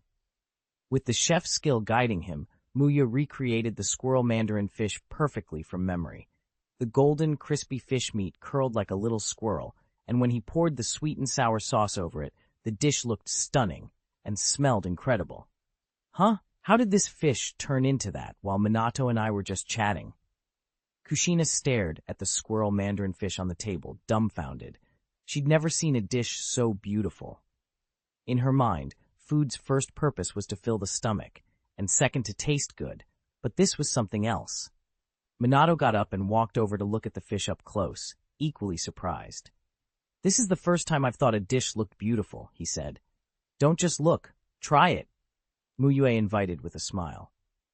Kushina and Minato didn't stand on ceremony. They picked up their chopsticks and each grabbed a piece. Minato's first impression was the sweet and sour hit, then the contrast of the crispy exterior and tender interior, and finally the sauce that had soaked into the meat. After a brief daze, he quickly served himself a bowl of rice and started eating. The dish was that appetizing. No, I or Minato have to learn this dish, Kushina declared seriously after finishing. She still preferred braised pork, but the squirrel mandarin fish had scored too many points on presentation. No problem, I'll teach you, Mu Yue said, smiling. But be prepared, this dish is much harder than braised pork. Braised pork doesn't need to worry about looks. If the steps are right, the result is usually fine. Squirrel mandarin fish is different. Appearance is the soul of the dish. If the appearance fails, it's basically a failure. I don't believe it could be harder than those advanced sealing techniques, Kushina said confidently for both herself and Minato. Mu Yue, how's your 3-finger sealing coming along? Any problems? Minato asked, curious about Mu Yue's progress. It feels much harder than 1-finger sealing. I've practiced for 10 days and still feel clueless, Mu Yue sighed. Although he had actually mastered it in 6 days, Kushina had estimated he'd take a month, so Mu Yue planned to say he finished on the 27th day. He then mentioned the problem he'd encountered on the first day, putting on the earnest look of a diligent beginner. Kushina and Minato eagerly offered advice. Mu Yue took advantage of the moment. Besides asking a few questions to cover up his real progress, he also asked genuine sealing technique questions he didn't understand. With 2 sealing masters answering him, Mu Yue learned a great deal. He thought the chef skill had arrived at the perfect time. Without it, his friendship plan would have progressed much more slowly. 2 days after the final exams, Kotetsu Hagane, Izumo Kamizuki, and Anko agreed to check their grades together. They met at the agreed spot and walked to school as a group. I got second in practical again. If my theory score had B, even better, I could ask teacher Mu Yue for more rewards, Anko said in a very good mood. Anko, didn't the questions seem simple when you finished? Your score should be high, Kotetsu said with a smile. Yeah, we were unlucky. We weren't confident about a lot of the questions, Izumo fretted. It's fine. After we see our grades, I'll treat you to breakfast, Anko declared grandly. Kotetsu, really? Kotetsu looked hopeful. When have I ever lied to you? Anko put her hands on her hips. Kotetsu and Izumo exchanged glances and shook their heads. Who could be fooled by Anko? As they neared the school, Anko remembered something and eyed them skeptically. You two did so well last time. You're not trying to convince me I did badly on purpose, are you? No way. Last time was just luck, Kotetsu insisted. Yeah, this time we probably won't be so lucky, Izumo sighed. They could check final exam results on the bulletin board or return to class to pick up their test papers. The three headed back to the classroom, where Mu Yue had already placed the papers on each student's desk. After greeting him, they sat and looked at their results. Only 78. That's 2 points lower than last time, Anko muttered, scratching her head. It wasn't what she'd hoped. 87 would have felt closer to success. Kotetsu, Izumo, how did you do? Kotetsu's a little higher than you, Kotetsu said cheerfully, placing his paper face down. Me too, a little higher, Izumo added with a smile. A little higher? Anko suddenly snapped into hyperspeed and snatched both their papers. You call 100 compared to 78 a little higher? She said through gritted teeth as she stared at their scores. Kotetsu got 100? Kotetsu did? Kotetsu and Izumo both looked stunned. They had decided not to study and had expected poor results. So where did the 100 points come from? Izumo, did you lie to me 2 weeks before the exam? You weren't just playing games. You were actually studying, Kotetsu blurted. Kotetsu, weren't you the same? You said you were reading novels, but you were studying every day too, weren't you? Izumo shot back. You too, Anko stared, dumbfounded. They'd pretended not to study while secretly competing. She couldn't hold back. She chased after them and hit them. You two bastards, you ruined me. And about that breakfast, take this punch first. Mu Yue watched the energetic trio and smiled as the system notifications for rewards popped up.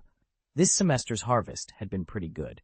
73. Special holiday training begins. Disciple Uchiha Shisui diligently cultivated and achieved perfect results in the academic assessment, receiving rewards. Chakra plus 300. Skill proficiency scroll. Metkai diligently cultivated and achieved excellent results in the academic assessment, receiving rewards. Disciple Uchiha Obito diligently cultivated and achieved good results in the academic assessment, receiving rewards. After the final exam rewards were settled, Mu Yue's total chakra ticked up again. Chakra, 1250. It looks like only a sole first place earns a skill proficiency scroll, Mu Yue thought as he read the 3 system messages. Aside from Shisui, who was already at the top of the grade and couldn't improve further, Guy and Obito's rewards were a bit larger than last time. Previously, each had only gotten plus 150 chakra. This time, Metkai received an extra 100 and Obito an extra plus 50. Both had clearly improved, not just in practical combat, but their theory scores had finally climbed above 50.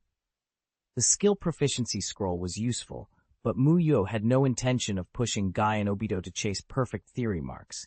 Their learning efficiency was too low. Even with his frequent tutoring, they barely scored over 50. Anko, by contrast, could breeze to full marks. To get Guy and Obito to perfect theory scores would mean stopping all other training, personally drilling them every day with textbooks and exercises. That wasn't worth it. It made more sense to keep normal training, get stronger faster, and earn more rewards down the line. Hey, Mu Yue-sensei, about that reward you mentioned. Anko came up awkwardly after he'd finished scolding the 2 troublemakers. You slipped down again and still expect a reward? Mu Yue tapped her head with 2 fingers. No way. I was second in the practical exam. Shisui's just unbeatable, Anko blustered. I meant your theory score. You lost 2 points from last time. Mu Yue reminded her. He remembered everyone's scores clearly. Oh no, it's all Kotetsu and Izumo's fault, Anko grumbled, wishing she could go punch them. They'd tricked her into slacking on review. Take it and eat. Don't let it happen again, Mu Yue said, and finally handed her the dumplings he'd bought on the way to school. He'd gotten everyone in the class a share. Mu Yue-sensei is the best! Anko took the dumplings and started praising him loudly. The atmosphere in Class 1, Grade 1, was warm. After seeing their scores and collecting papers, no one rushed off. They chatted in the classroom until noon. At midday, Mu Yue and the other teachers headed to the lecture hall for a meeting. Teachers at the Ninja Academy didn't meet often. This one was to summarize the semester's teaching work and announce the outstanding teachers. For Mu Yue, the meeting itself wasn't particularly important. He wasn't like ordinary instructors and didn't care about bonuses or trophies. Still, the third Hokage attended. According to Ikeya and Ueda Aya, the head of the teachers, class usually led these meetings, so the third Hokage's presence was unusual. Third Hokage-sama, Mu Yue greeted respectfully. The third Hokage nodded with a smile. Since he hadn't been busy lately, he glanced at the scores for Mu Yue's class, and what he saw surprised him. The previous semester's results had already been remarkable, but this time Class 1, Grade 1 had improved even more. Their average theory score was an astonishing 81, excellent by any standard. The practical average was 24, also far above the normal class average of around 16. Hiruzen examined the breakdown and found the class's greatest strength was ninjutsu. No one scored below 8 points. Their hand seal scores were also very high. Mu Yue had produced an exceptional class, and since the principal hadn't shown up at a school meeting in a long time, the third Hokage had come in person. Perhaps because of his presence, the meeting went quickly and without interruption. Next, I will read out the list of outstanding chairs for this semester. Hayate Mugetsu. Mu Yue's name was called first. Mu Yue-sensei, as expected, Ueda Aya murmured congratulations. Mu Yue felt no inner stir. He remained calm, but he returned a gentle smile. Ikeya, I got one too. Ikeya looked surprised. His students had taken the top 2 spots in the grade, and though he suspected he might be chosen, he was still stunned to actually receive the award. There were only 4 outstanding teacher awards each semester. He'd never gotten one before. Damn it, why didn't any of my students have a sudden breakthrough? Kimura Sugito muttered with envy. He didn't begrudge Mu Yue the recognition. Mu Yue deserved it, but he did resent Ikeyu's good fortune. Ikeya had only earned the award because Metkai and Obito had improved so dramatically. You complained earlier that Metkai and Uchiha Obito were dead last, but this outstanding teacher award is completely thanks to them. Ueda Aya said, envy plain in her voice. When Ikeya first took over Class 2, Grade 4, everyone had offered condolences. The turnaround at the final exam was incredible. I failed to recognize true geniuses, Ikeya admitted sheepishly. When the bonus comes, I'll treat you all, he said cheerfully. Mu Yue-sensei, you have to come. You deserve this award too. If I have time, I will, Mu Yue answered with a smile. I want to commend Teacher Hayate by name, Hiruzen Sarutobi said, standing. The students of Class 1, Grade 1, have achieved astonishing results under his guidance. He read aloud the class's scores and urged the other teachers to learn from Mu Yue's example in cultivating Konoha's next generation. After the third Hokage's praise, Mu Yue felt the gaze of the other teachers on him. Friendly, not jealous. Mu Yue, you're doing very well. Keep it up, Hiruzen said, patting his shoulder as the meeting ended. Third Hokage-sama, I will continue to teach my best, Mu Yue replied, repeating what he'd said in the principal's office. The third Hokage laughed twice, clearly in a good mood. With the meeting over, the teachers were officially on holiday. The award and praise didn't disturb Mu Yue's inner calm, though he did notice one oddity. Metkai hadn't triggered any training missions these past 2 days. He probed subtly and discovered that Guy still hadn't fought Kakashi, so he hadn't had a chance to trigger a mission. Kakashi might be out on a job. As the vacation began, Mu Yue informed his disciples about his special holiday training plan. Vacation special training is finally here, Obito sighed, as if already foreseeing his miserable fate for the next month and a half. During term time, there had been at least 5 days of buffer. Now, with a long holiday, every day felt like part of the break. He only hoped Mu Yue would restore the old combat routine. Otherwise, if he got 200 extra drills a day, his holiday would be ruined. Metgai's eyes lit up at the mention of special training, but when he thought of extra weekend drills, his smile tightened. Shisui's expression stayed the same. Unlike Guy and Obito, Shisui had long since mastered the shadow clone and sent a clone to school. Aside from exams, he spent most of his time cultivating with Mu Yue. So Mu Yue's promise of holiday training every day didn't change Shisui's routine much. "You'll rest on Thursdays and Sundays," Mu Yue told them. "Other days, come train with me in the mornings and afternoons. You can go home for lunch, or I'll cook if you stay." Although they trained with Mu Yue during the school week, the actual time spent was still less than what this holiday would provide. 5 training days and 2 days off meant far more time overall than during term. Obito did the math and brightened. 2 days off a week, he exclaimed. By that count, the holiday sounded even easier than the term schedule. And suspend combat practice, Mu Yue continued. Obito, keep working on fire-release chakra nature transformation. Shisui and Guy, learn the body flicker technique from me. Obito had dabbled in nature transformation during the youth ninjutsu competition mission, but only scratched the surface and needed more cultivation. He didn't have Naruto's seemingly endless vitality and chakra, so he couldn't rely on 100 shadow clones method. His progress had to be steady and cyclical. No combat practice. With those words, the holiday suddenly felt glorious. Without combat drills, there would be no piles of problems. Nature transformation was tiring, but anything was better than endless assignments. Training began. Obito held a huge block of ice by himself, pouring chakra into it while the cold crept from his hands through his meridians to his chest. Shisui and Guy practiced the body flicker technique under Mu Yue's guidance. Watching his students flash and dart, Mu Yue moved alongside them, then produced a shadow clone and sent it over to talk with Obito. "Mu Yue-sensei," Obito called, "what was that Taijutsu challenge you mentioned before?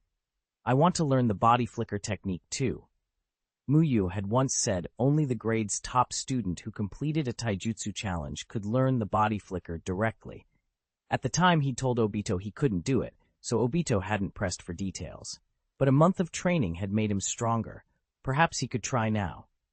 "The Taijutsu challenge? It's very difficult," Mu Yue warned. "Do you really want to try?" "All the others are learning the body flicker. If I don't learn it, I'll fall behind," Obito protested. "All right, I'll set up the course today. You can try it tomorrow." Mu Yue nodded. Mu Yue hadn't taught the body flicker to everyone to push someone who lagged to improve. He preferred to create a challenge that required real speed and strength, something Obito would have to work for. By forcing his students to pursue a reward that wasn't handed to them, he knew they would train harder and build a better foundation. Mu Yue thought about all of it, the training, the psychology behind motivation, so Obito's efforts would lead naturally to greater strength and an easier time learning the technique when the moment came. After practice, Mu Yue went home in the main district. He made sushi and tempura for dinner. The 3 of them ate, chatted, and enjoyed the meal, until the cry of a messenger hawk threaded through the air. "Why now?" Kushina complained, having just taken a bite of sushi. "Let's go. If they sent a hawk, it must be urgent," Minato said, standing at once. "Sorry, Mu Yue. We have to step out. There's an emergency Jonin meeting." Whenever something major happened in Konoha, messenger beasts were dispatched to summon Jonin. Minato had seen it before. Kushina, already half out the door, called back, "Save some for us. These meetings usually don't take long, and with Minato's speed, we'll be back soon." Mu Yue smiled and agreed, puzzling over what could be so urgent. From the timing, he guessed it might have something to do with the Third Shinobi World War. He worried the village heaved toward conflict. They didn't keep him waiting long. Minato and Kushina returned in under half an hour. "I thought it was something terrible, but it's the 3rd Kazekage of Tsunagakure. He's disappeared," Kushina grumbled as soon as she came in. Calling an emergency Jonin meeting like it was the 3rd Hokage who vanished. Mu Yue felt the air change. If the 3rd Kazekage had disappeared, the balance of power across the ninja world was at stake. The land of lightning had been growing restless. With the Kazekage gone, Kumogakure would be tempted to take advantage. Any Kage disappearing has a huge effect, Minato said in a more sober tone. With the third Kazekage suddenly gone, war is going to be in a tough spot, Kushina agreed, and bit into another piece of sushi. Listening to them, Mu Yue felt a knot tighten. He couldn't have predicted how brutal the coming conflict would be, but he knew this moment could ignite it. He was grateful, in a grim way, to be hidden en route. If Danzo ever decided to throw his operatives into the meat grinder, Mu Yue would at least be among the later waves called up. He didn't trust Danzo's judgment. All Mu Yue could do now was train harder and hope to reach Kage-level strength before the war touched Konoha. In a world like this, strength was everything. Without it, everything else was just talk. There are 2 parts to the body flicker challenge, Mu Yue said. First is a forest sprint. I've set traps and mechanisms throughout a section of the woods. Every time you trigger a trap or get hit by a mechanism, 1 point is deducted. If you lose 3 points, you fail. There are 3 chances, Obito said, thinking the challenge sounded manageable. Setting traps was something ninjas trained for. He wasn't unfamiliar with them. Mu Yue continued, I'll also send a shadow clone to follow behind you. The clone will be slightly slower than you, but if it catches you, that's also a failure. That changed everything. If you sprinted calmly, you could avoid obvious traps, but being chased made that much harder. Mu Yue Sensei's shadow clone will be on your tail, Mu Yue added with a smile. If you can keep up your speed, it won't catch you. All right, take me to the challenge, Obito blurted, eager to try. Mu Yue reached into his robe and produced 3 test booklets. Here's the challenge fee, he said, handing them over. They contain about 100 questions each. Consider them the fee to take the test. Obito stared at the papers in disbelief. Huh? Sensei, this doesn't make sense. A boss paying a customer? Why don't I give you the 3 test booklets instead? He was already overwhelmed just looking at them and began to babble. Mu Yue tapped him lightly on the head with 2 fingers and chuckled. Do you think it doesn't take effort for me, your sensei, to set all this up? If I don't get something back and you fail once and keep pestering me to retest, I'll be worn out rebuilding traps. The tap cleared Obito's head immediately. He sheepishly smiled and nodded. Mu Yue had a point. You've worked hard, Mu Yue-sensei, Obito said, stepping up to massage Mu Yue's shoulders. But numbers like 103 are unlucky. 2 is much better. How about we only do 2 papers? I promise I won't bother you too much. Push harder, Mu Yue prompted. Obito brightened. Then what about 2 papers? If you like the number 2 so much, let's make it 250, Mu Yue said with an indulgent grin. Obito's expression switched in an instant. Actually, I do like 3 and 100 too, he mumbled, changing tack. Stop being clever. I'll take you to the course. Mu Yue grabbed Obito and, using the body flicker technique, whisked him to the starting area. The trees here were thicker, but otherwise the forest looked the same as anywhere else. You just need to head east to the finish line, Mu Yue said, pointing. My shadow clone will start 3 seconds after you. Obito nodded, took a deep breath, and bolted east, glancing anxiously behind him. Not watching where he was going had consequences.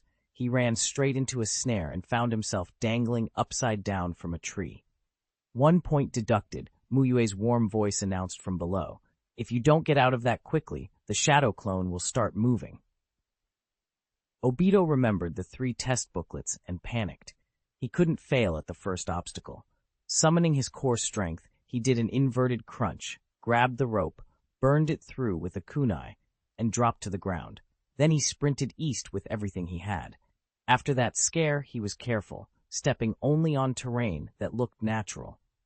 If I'm serious about this, it's not so hard, he told himself after a minute without incident. Then, out of nowhere, several heavy logs began swinging back and forth across his path like giant pendulums.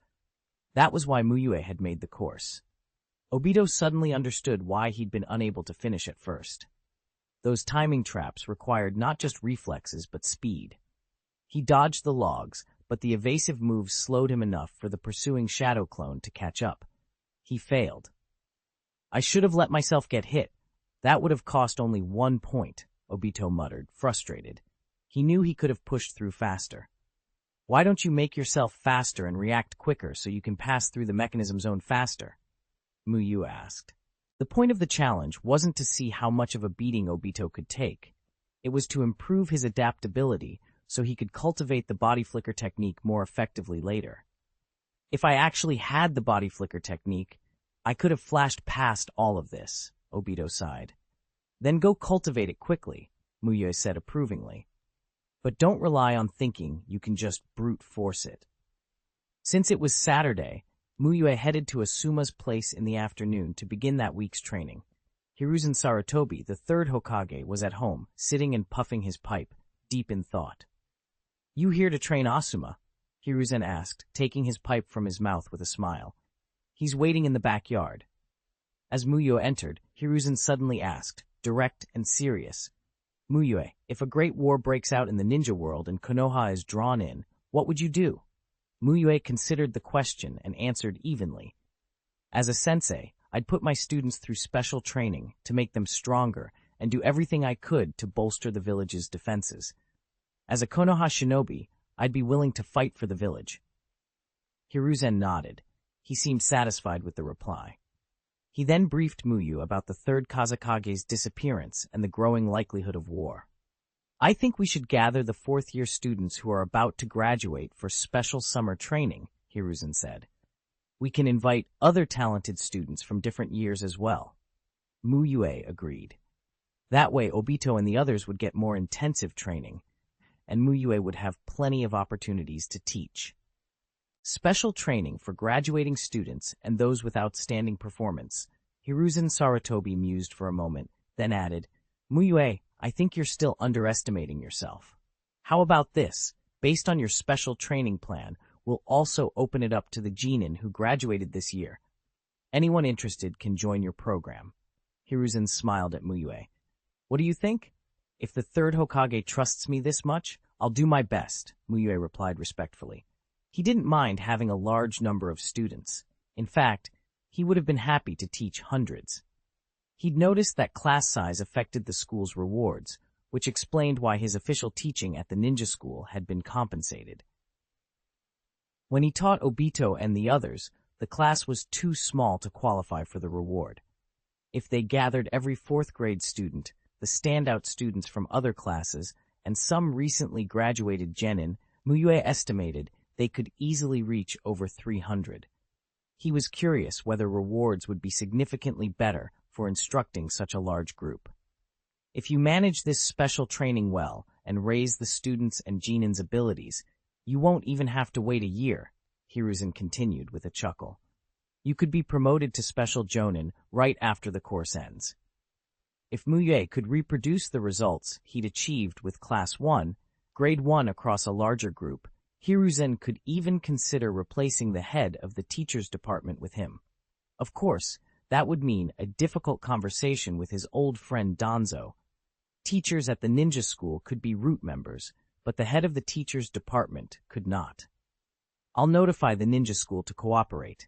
You'll be in charge of this, Hiruzen said. Mu Yue bowed and expressed his gratitude, then went to the backyard to take Asuma and begin the weekend's training. Teacher Mu Yue, are you really doing special training? Asuma asked, having overheard part of the conversation. Since the third believes in me, I can't disappoint him, Mu Yue answered with a small smile. Asuma snorted. I think the old man just wants to make you a workhorse.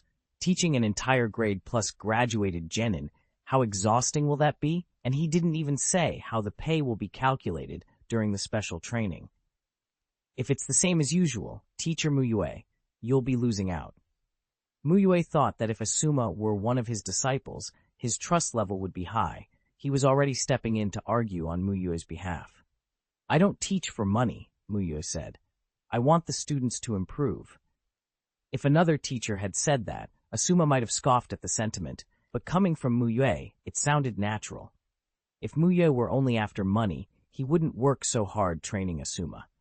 Since you're really organizing the special training, Asuma said earnestly, I'll bring my teammates and we'll study hard. Asuma, a freshly graduated genin, genuinely felt that Mu Yue's teaching was more effective than that of their jonin instructors. Every weekend session left him feeling he'd gained a lot. A month training with Mu Yue would yield far greater progress than their usual regimen. Kakashi, let's have a youthful and passionate competition, Metkai shouted as he suddenly appeared. Next time, can you not barge in while I'm bathing? Kakashi replied from inside the tub, exasperated. Why was Metgai's timing always so bizarre? I trained during the day, so this was my chance, Metkai said as if that explained everything. Then please leave for a moment, Kakashi asked, half pleading. Metkai only stopped walking at the doorway and looked back curiously, one of those looks that made Kakashi lose his composure. He threw a bottle at Metkai in irritation. Next time I'll set traps on the bathroom door, Kakashi warned after finishing his bath.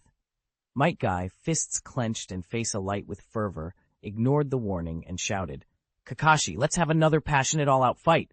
I'm stronger than before. If you're careless, you'll lose. Let's go to the yard. I hope your strength is as loud as your mouth, Kakashi said coolly. I got first place in the ninja school for my grade this time, so don't underestimate me, Metkai boasted with a thumbs up. Isn't that something you can get just by participating? Kakashi replied, deadpan. He'd never lost an exam at the ninja school.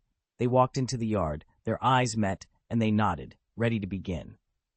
Leaf Great Whirlwind, Metkai shouted, exploding forward with a chakra burst and a whirlwind kick.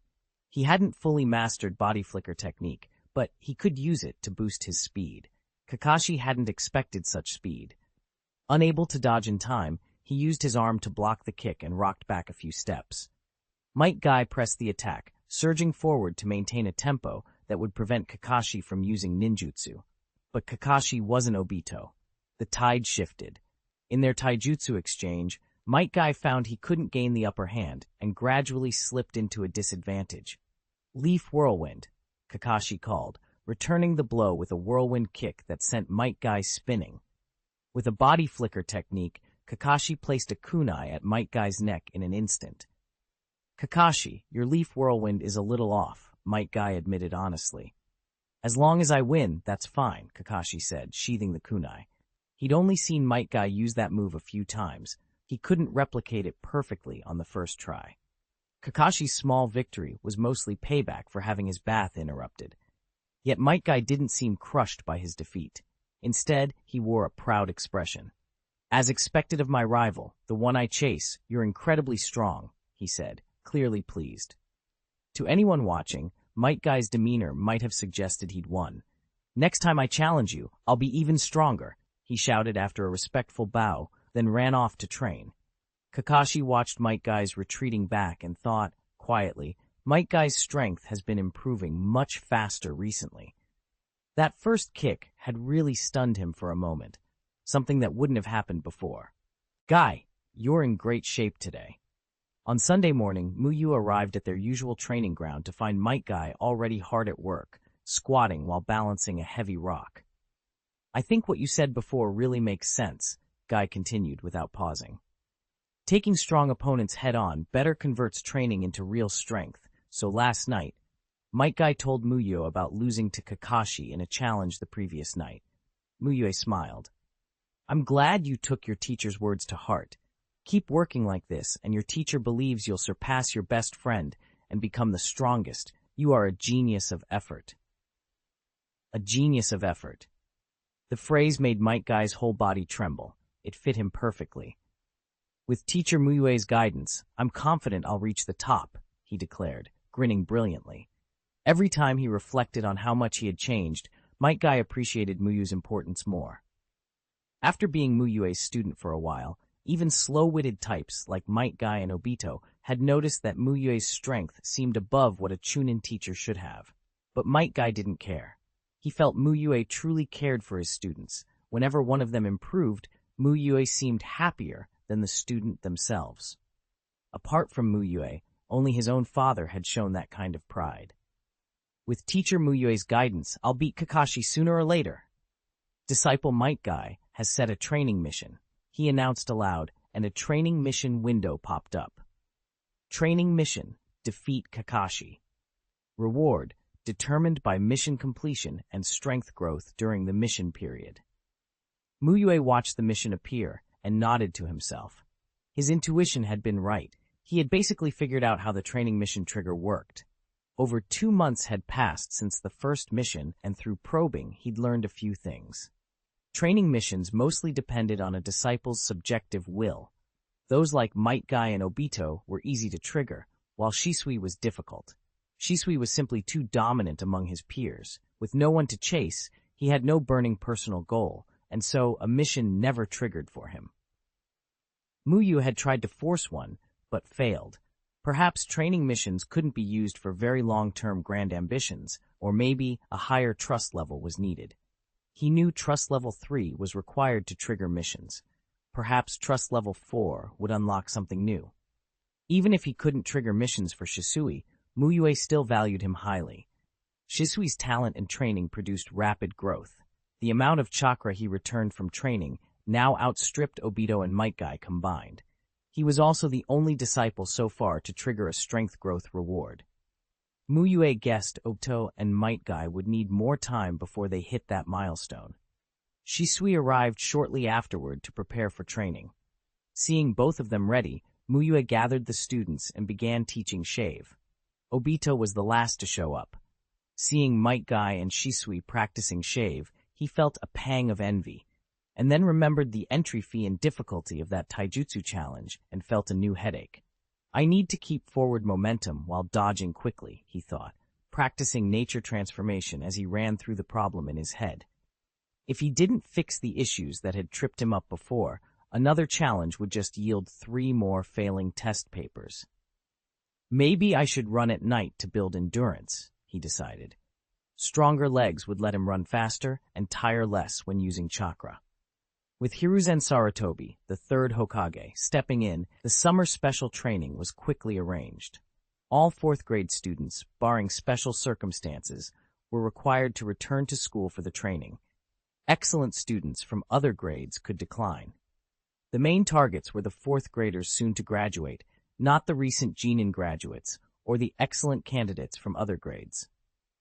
The ninja school sent teachers to inform parents directly.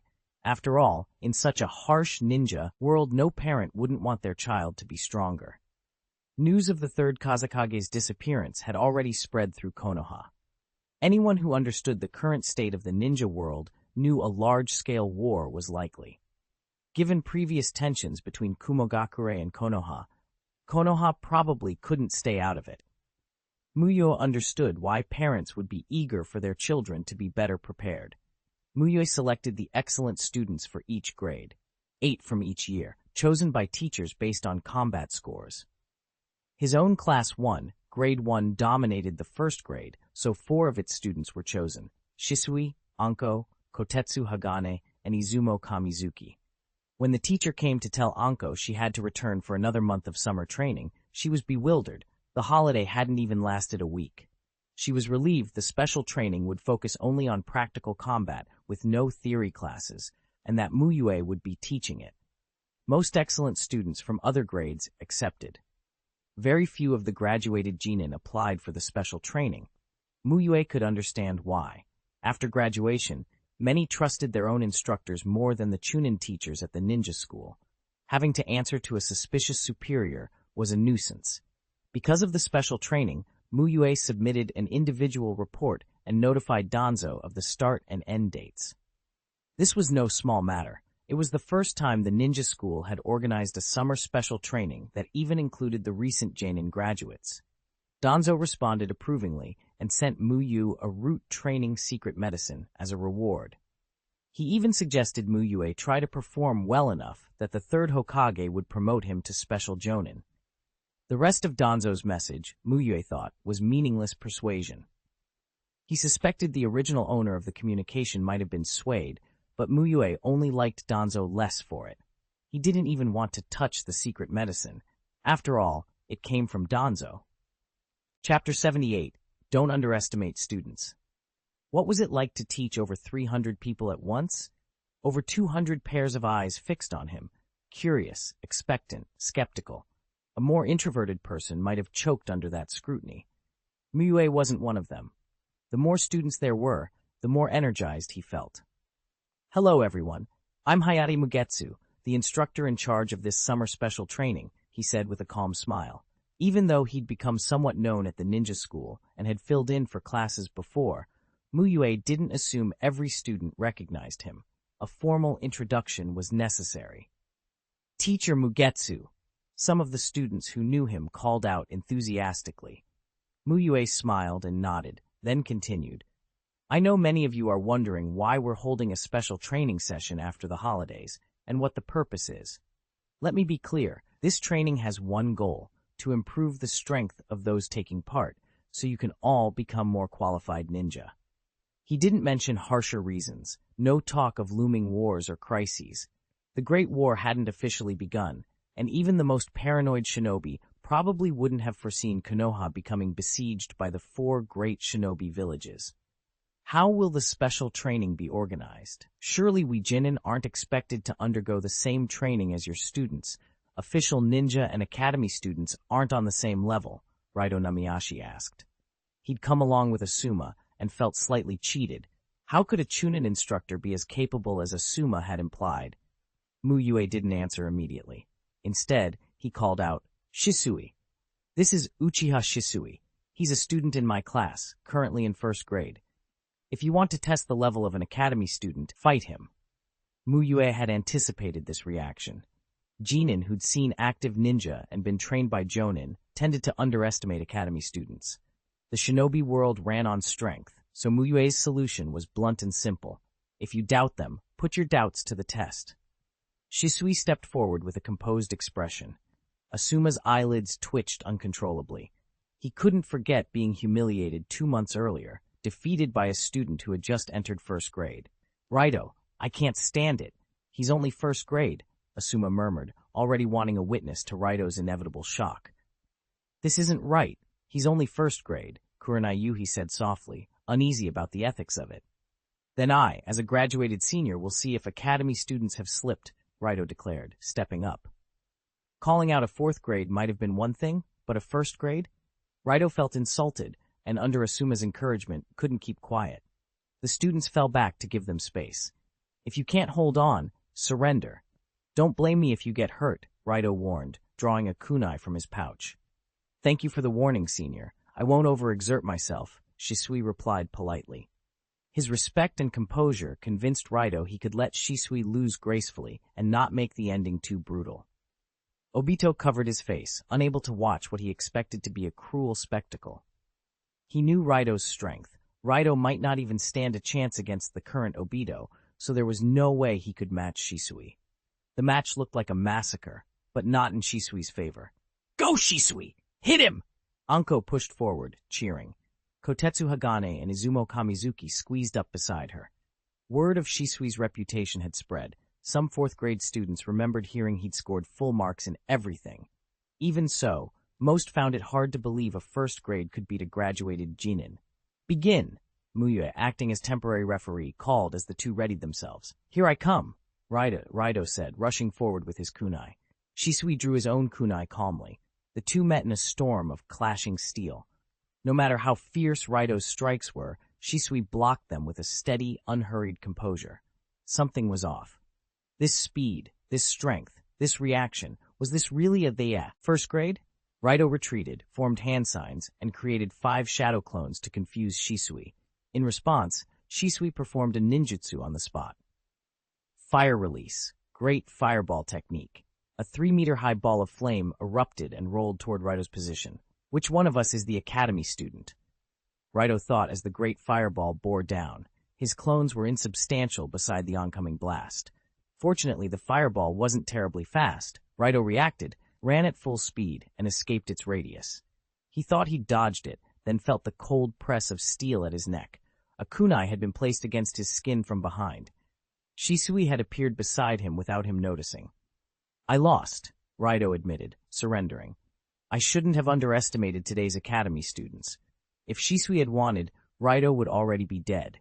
Instead, Shisui sheathed his kunai. "Senior, you were too kind," he said modestly. He could have finished it, but Raito had fought decently and probably hadn't meant to be insulting. Shisui spared him the humiliation. He held back. This fire release wasn't as big as the one he used on me before, Asuma thought, a careful smile spreading across his face. Kotetsu noticed him grinning and asked, Senior, do you have a grudge against him? Why are you smiling like that? No, I just remembered something pleasant, Asuma replied, denying it. 79. Group Teaching. Raido Namiyashi returned to the training grounds wearing a frustrated expression. He wasn't angry about losing. Uchiha Shisui had clearly shown extraordinary skill, and Raido knew he was outmatched. But the manner of the defeat stung. A fully qualified genin had been beaten so cleanly by a student who just entered the ninja academy. This Uchiha Shisui is too strong, he muttered to himself. He even beat a full genin. Even someone like Kakashi at that age might not have done any better. There's another possibility, that the opponent, one of the academy students, began, and the conversation trailed off into murmurs about Shisui's strength. The more they talked, the more ashamed Raido felt. As soon as he returned, he saw Asuma and couldn't help noticing the way Asuma was suppressing a smile. Asuma, do you know something? Raido asked suspiciously. Now that he thought about it, it made sense. Mu Yue had said he was the student's tutor, so Asuma might have known a prodigy like Uchiha Shisui would be in Mu Yue's class. Know what? Asuma shrugged, playing innocent. How would I know that first year would be that strong? He handled you, Raido, in just a few moves. Raido felt like he'd been hit again. It was humiliating to be dispatched in a handful of moves by a first-year student. Everyone, quiet down. Mu Yue pressed his palm down to call the class to order. We have students from 1st through 4th year here, and several graduated genin. You're all comrades from the same village. I expect you to get along. In a moment, I'll give you a strength assessment, then divide you into groups for special training. Group A, Group B, and Group C. Each will receive different instruction. Mu Yue answered Raido's earlier question. With so many students of varying levels, and some already graduated as genin, he couldn't teach the same curriculum to everyone. Group teaching allowed him to tailor the lessons. With the help of shadow clones, he could present the same detailed instruction to all 3 groups, as if he taught them individually. The strength test was simple. Students demonstrated basic ninja skills, ninjutsu, taijutsu, and shuriken throwing, and the instructors graded them. Mu Yue called over several teachers from the instructor class and, within one session, completed assessments and sorted over 300 students. Group A was set at genin level for outstanding academy students and graduated genin. Their special training would focus on chakra control, conditioning, and taijutsu, and the body flicker technique. Group B contained strong academy students. Their main lessons would be the 3-body technique, chakra control, and conditioning and taijutsu. Group C was for average academy students. The curriculum mirrored Group B but at a shallower level and with lighter training. Glancing over the Group A roster, Mu Yue recognized many names. Obito, Shisui, Metkai were obvious choices. Also in that group were Asuma, Kurenai Yuhi, Shiranui Genma, and Shizune. Except for Shisui, those in Group A were mostly genin or 4th-year students who ranked well in their class. Group B had only a few familiar faces, Ebisu, Gekko Hayate, and Rin Nohara. Ebisu's performance sat uncomfortably between groups. He was strong for Group B, but just shy of Group A. Gekko Hayate had only just entered 3rd year. As for Group C, Anko, Kotetsu Hagane, and Izumo Kamizuki, the trio known for causing trouble, were placed together. Judged by 4th-year standards, their skills were ordinary, even if they could already manipulate lightning as 1st years. Mu Yue moved over to Group A and gave instructions. Those who have completed both water walking and tree climbing training stand on the right. Those who've only completed tree climbing stand on the left. Those who haven't completed either stand in the middle. Most students drifted to the left, a few to the right, and a very small number remained in the middle. Mu Yue then had those on the left try tree climbing, and those on the right practice water walking. Watching, jeer them, he quickly gauged each student's chakra control. Obito, Asuma, Shisui, and Metkai no longer needed the basic water walking drills. The rest still needed work. Mu Yue corrected a student attempting tree climbing. That's not completed. You've only just started to grasp it. Then he asked Obito to demonstrate a true mastery of both skills.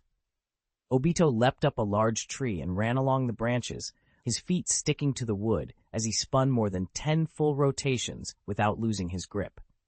He then displayed moving freely across the water's surface while a water dragon bullet tried to disrupt him. Only when you reach this level can you say you've completed the training, Mu Yue said, pointing at Obito. At the moment, only Asuma, Shisui, and Obito among you can do this. Raito, not believing it, immediately tried to take on the challenge and was splashed into the water before 3 minutes had passed. Asuma can? Raito asked, surprised that Mu Yue had rated him so highly. Raito, don't underestimate me. My chakra control is strong. Asuma, offended at being doubted by his friend, stepped forward to show off. Watching him move with steady precision, even as water splashed around him, Raito thought, why does Asuma seem stronger than before? Kurenai Yuhi admitted openly, Asuma, you look even better. Haha, it's really just basic skills, Asuma replied modestly, though the grin on his face betrayed his pride. He felt the training and the water drinking he'd done under Mu Yue had not been wasted. Chakra control is a fundamental course for ninjas, Mu Yue said after demonstrating a few more times. I expect all of you to be able to stand on the right within 2 weeks. He moved on to Group B and repeated the same checks. The difference was clear. Only Ebisu could stand on the right.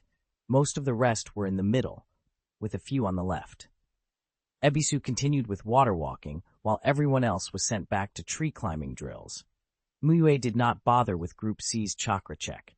He began teaching them Taijutsu immediately. Their plan was to build conditioning and Taijutsu in the morning and cultivate the 3-body technique in the afternoon. Once those improved, they would start chakra control training. Mu Yue left a shadow clone in each group while his main body patrolled between them, demonstrating moves and correcting errors. Morning training flew by. Finally, Mu Yue called an end to class and announced the start of the lunch break. Chapter 80, Large Class Rewards. Evaluation B, Reward, Chakra plus 40. First time completing a large class instruction, received reward, Appraisal Technique Reinforcement Scroll. Mu Yue wasn't surprised by the B. It was his first time teaching so many students at once. He lacked experience and hadn't done everything perfectly. The testing and grouping took a lot of time too, so he hadn't been teaching the whole session. Still, he was pleased with the large class reward. For the same evaluation, the large class reward was double that of a regular lesson. A B in a normal class would only give 20 chakra points. Teaching 40 people for 20 points versus 300 for 40 points looked odd on paper, but Mu Yue couldn't do 2 regular lessons simultaneously, so taking a large class effectively raised his ceiling. What truly surprised him, though, was the achievement reward for completing the first large class. He'd long felt the appraisal technique revealed too little information. Now, using the reinforcement scroll, he wondered what the skill would show. After the reinforcement finished, Mu Yue used the appraisal technique on Obito, who had run to Rin's side as soon as the lesson ended. Name, Uchiha Obito. Chakra 750. Potential S, Basic Talent plus 6 Paths Bloodline, Space-Time Talent. Skills, Fire Release, Great Fireball Technique, Beginner 100-500, Fire Release, Great Dragon Fire Technique, Beginner 35-500, Fire Release Chakra Nature Transformation 25-500. Evaluation, a genin with some combat ability but not very bright. That's much clearer, Mu Yue murmured, looking at Obito's panel. The reinforced appraisal technique was far superior to the old one. It not only showed the specific components of a person's potential, it listed all skills and even their proficiency. He could now see his students' progress at a glance. Mu Yue realized the reinforced appraisal technique could be invaluable in combat. Battles of Shinobi were as much about information as raw power. He continued, appraising Shisui and Metkai. Name, Uchiha Shisui. Chakra, 800. Skills, Fire Release, Great Fireball Technique. Beginner, 230-500. Fire Release, Great Dragon Fire Technique. Beginner, 140-500. Fire Release Chakra Nature Transformation. Beginner, 7500. Shave, Unmastered, 6100. Potential, SS. Basic Talent plus 6 Paths Bloodline. Name Metkai, Chakra 6 and 80. Skills, Leaf Whirlwind, Beginner 300-500. Leaf Great Whirlwind, Beginner 260-500. Shave, Unmastered 36-100. Potential, S, Basic Talent plus Willpower. Seeing skill proficiencies for techniques still being learned made Mu Yue very happy. After these appraisals, he could confirm how potential was evaluated. Basic talent covered aptitude for fundamentals like ninjutsu, taijutsu, and genjutsu. Exceptional willpower could raise potential. Special talents such as space-time manipulation increased it, and bloodline advantages like the Six Paths bloodline added further bonuses. He also found the proficiency display revealing. Beginner-level skills all used a 500-point scale, but the difficulty of increasing those points varied with the technique's complexity. Taijutsu like Leaf Whirlwind were relatively simple and rose fast. High-level fire release techniques like Great Dragon Fire were harder. Nature transformation training was even more demanding. Curious, Mu Yue opened his own panel. Name, Hayate Mugetsu. Skills, Fire Release Chakra Nature Transformation, proficient 17.5 for 45, 15,000. Water Release Chakra Nature Transformation, proficient 7,500, 15,000. Fire Release, Head Hardship, proficient 0 to 15,000. Leaf Dragon God, proficient 15,000. He was a little surprised. Although these were all system-given proficient level rewards, their proficiencies varied widely. Chakra Nature Transformation seemed special. It started at half the proficiency for that tier. His Fire Release Chakra Nature Transformation had increased slightly because he'd practiced it himself while teaching. Otherwise, it would also be 7,500. The other Wu techniques were new and unused, so it made sense they showed 0. After an hour for lunch, training resumed at 1 p.m. With the morning's work as a foundation, the afternoon went much more smoothly. Mu Yue had more teaching experience for chakra control exercises and the three-body technique. He'd already succeeded guiding Obito, Asuma, and a few others through chakra control. And his own proficiency and prior teaching experience made three-body instruction reliable. Watching him, Yugo Uzuki thought, no wonder this young teacher is so popular despite not being here long. He really knows his stuff. Compared to her class's ninjutsu teacher, Mu Yue was far superior. His explanations were clear and detailed, his class atmosphere was excellent, and he interacted with students naturally, giving a comfortable, refreshing impression. If teaching were cooking, an ordinary chuunin teacher might give the main ingredients and do a single demonstration.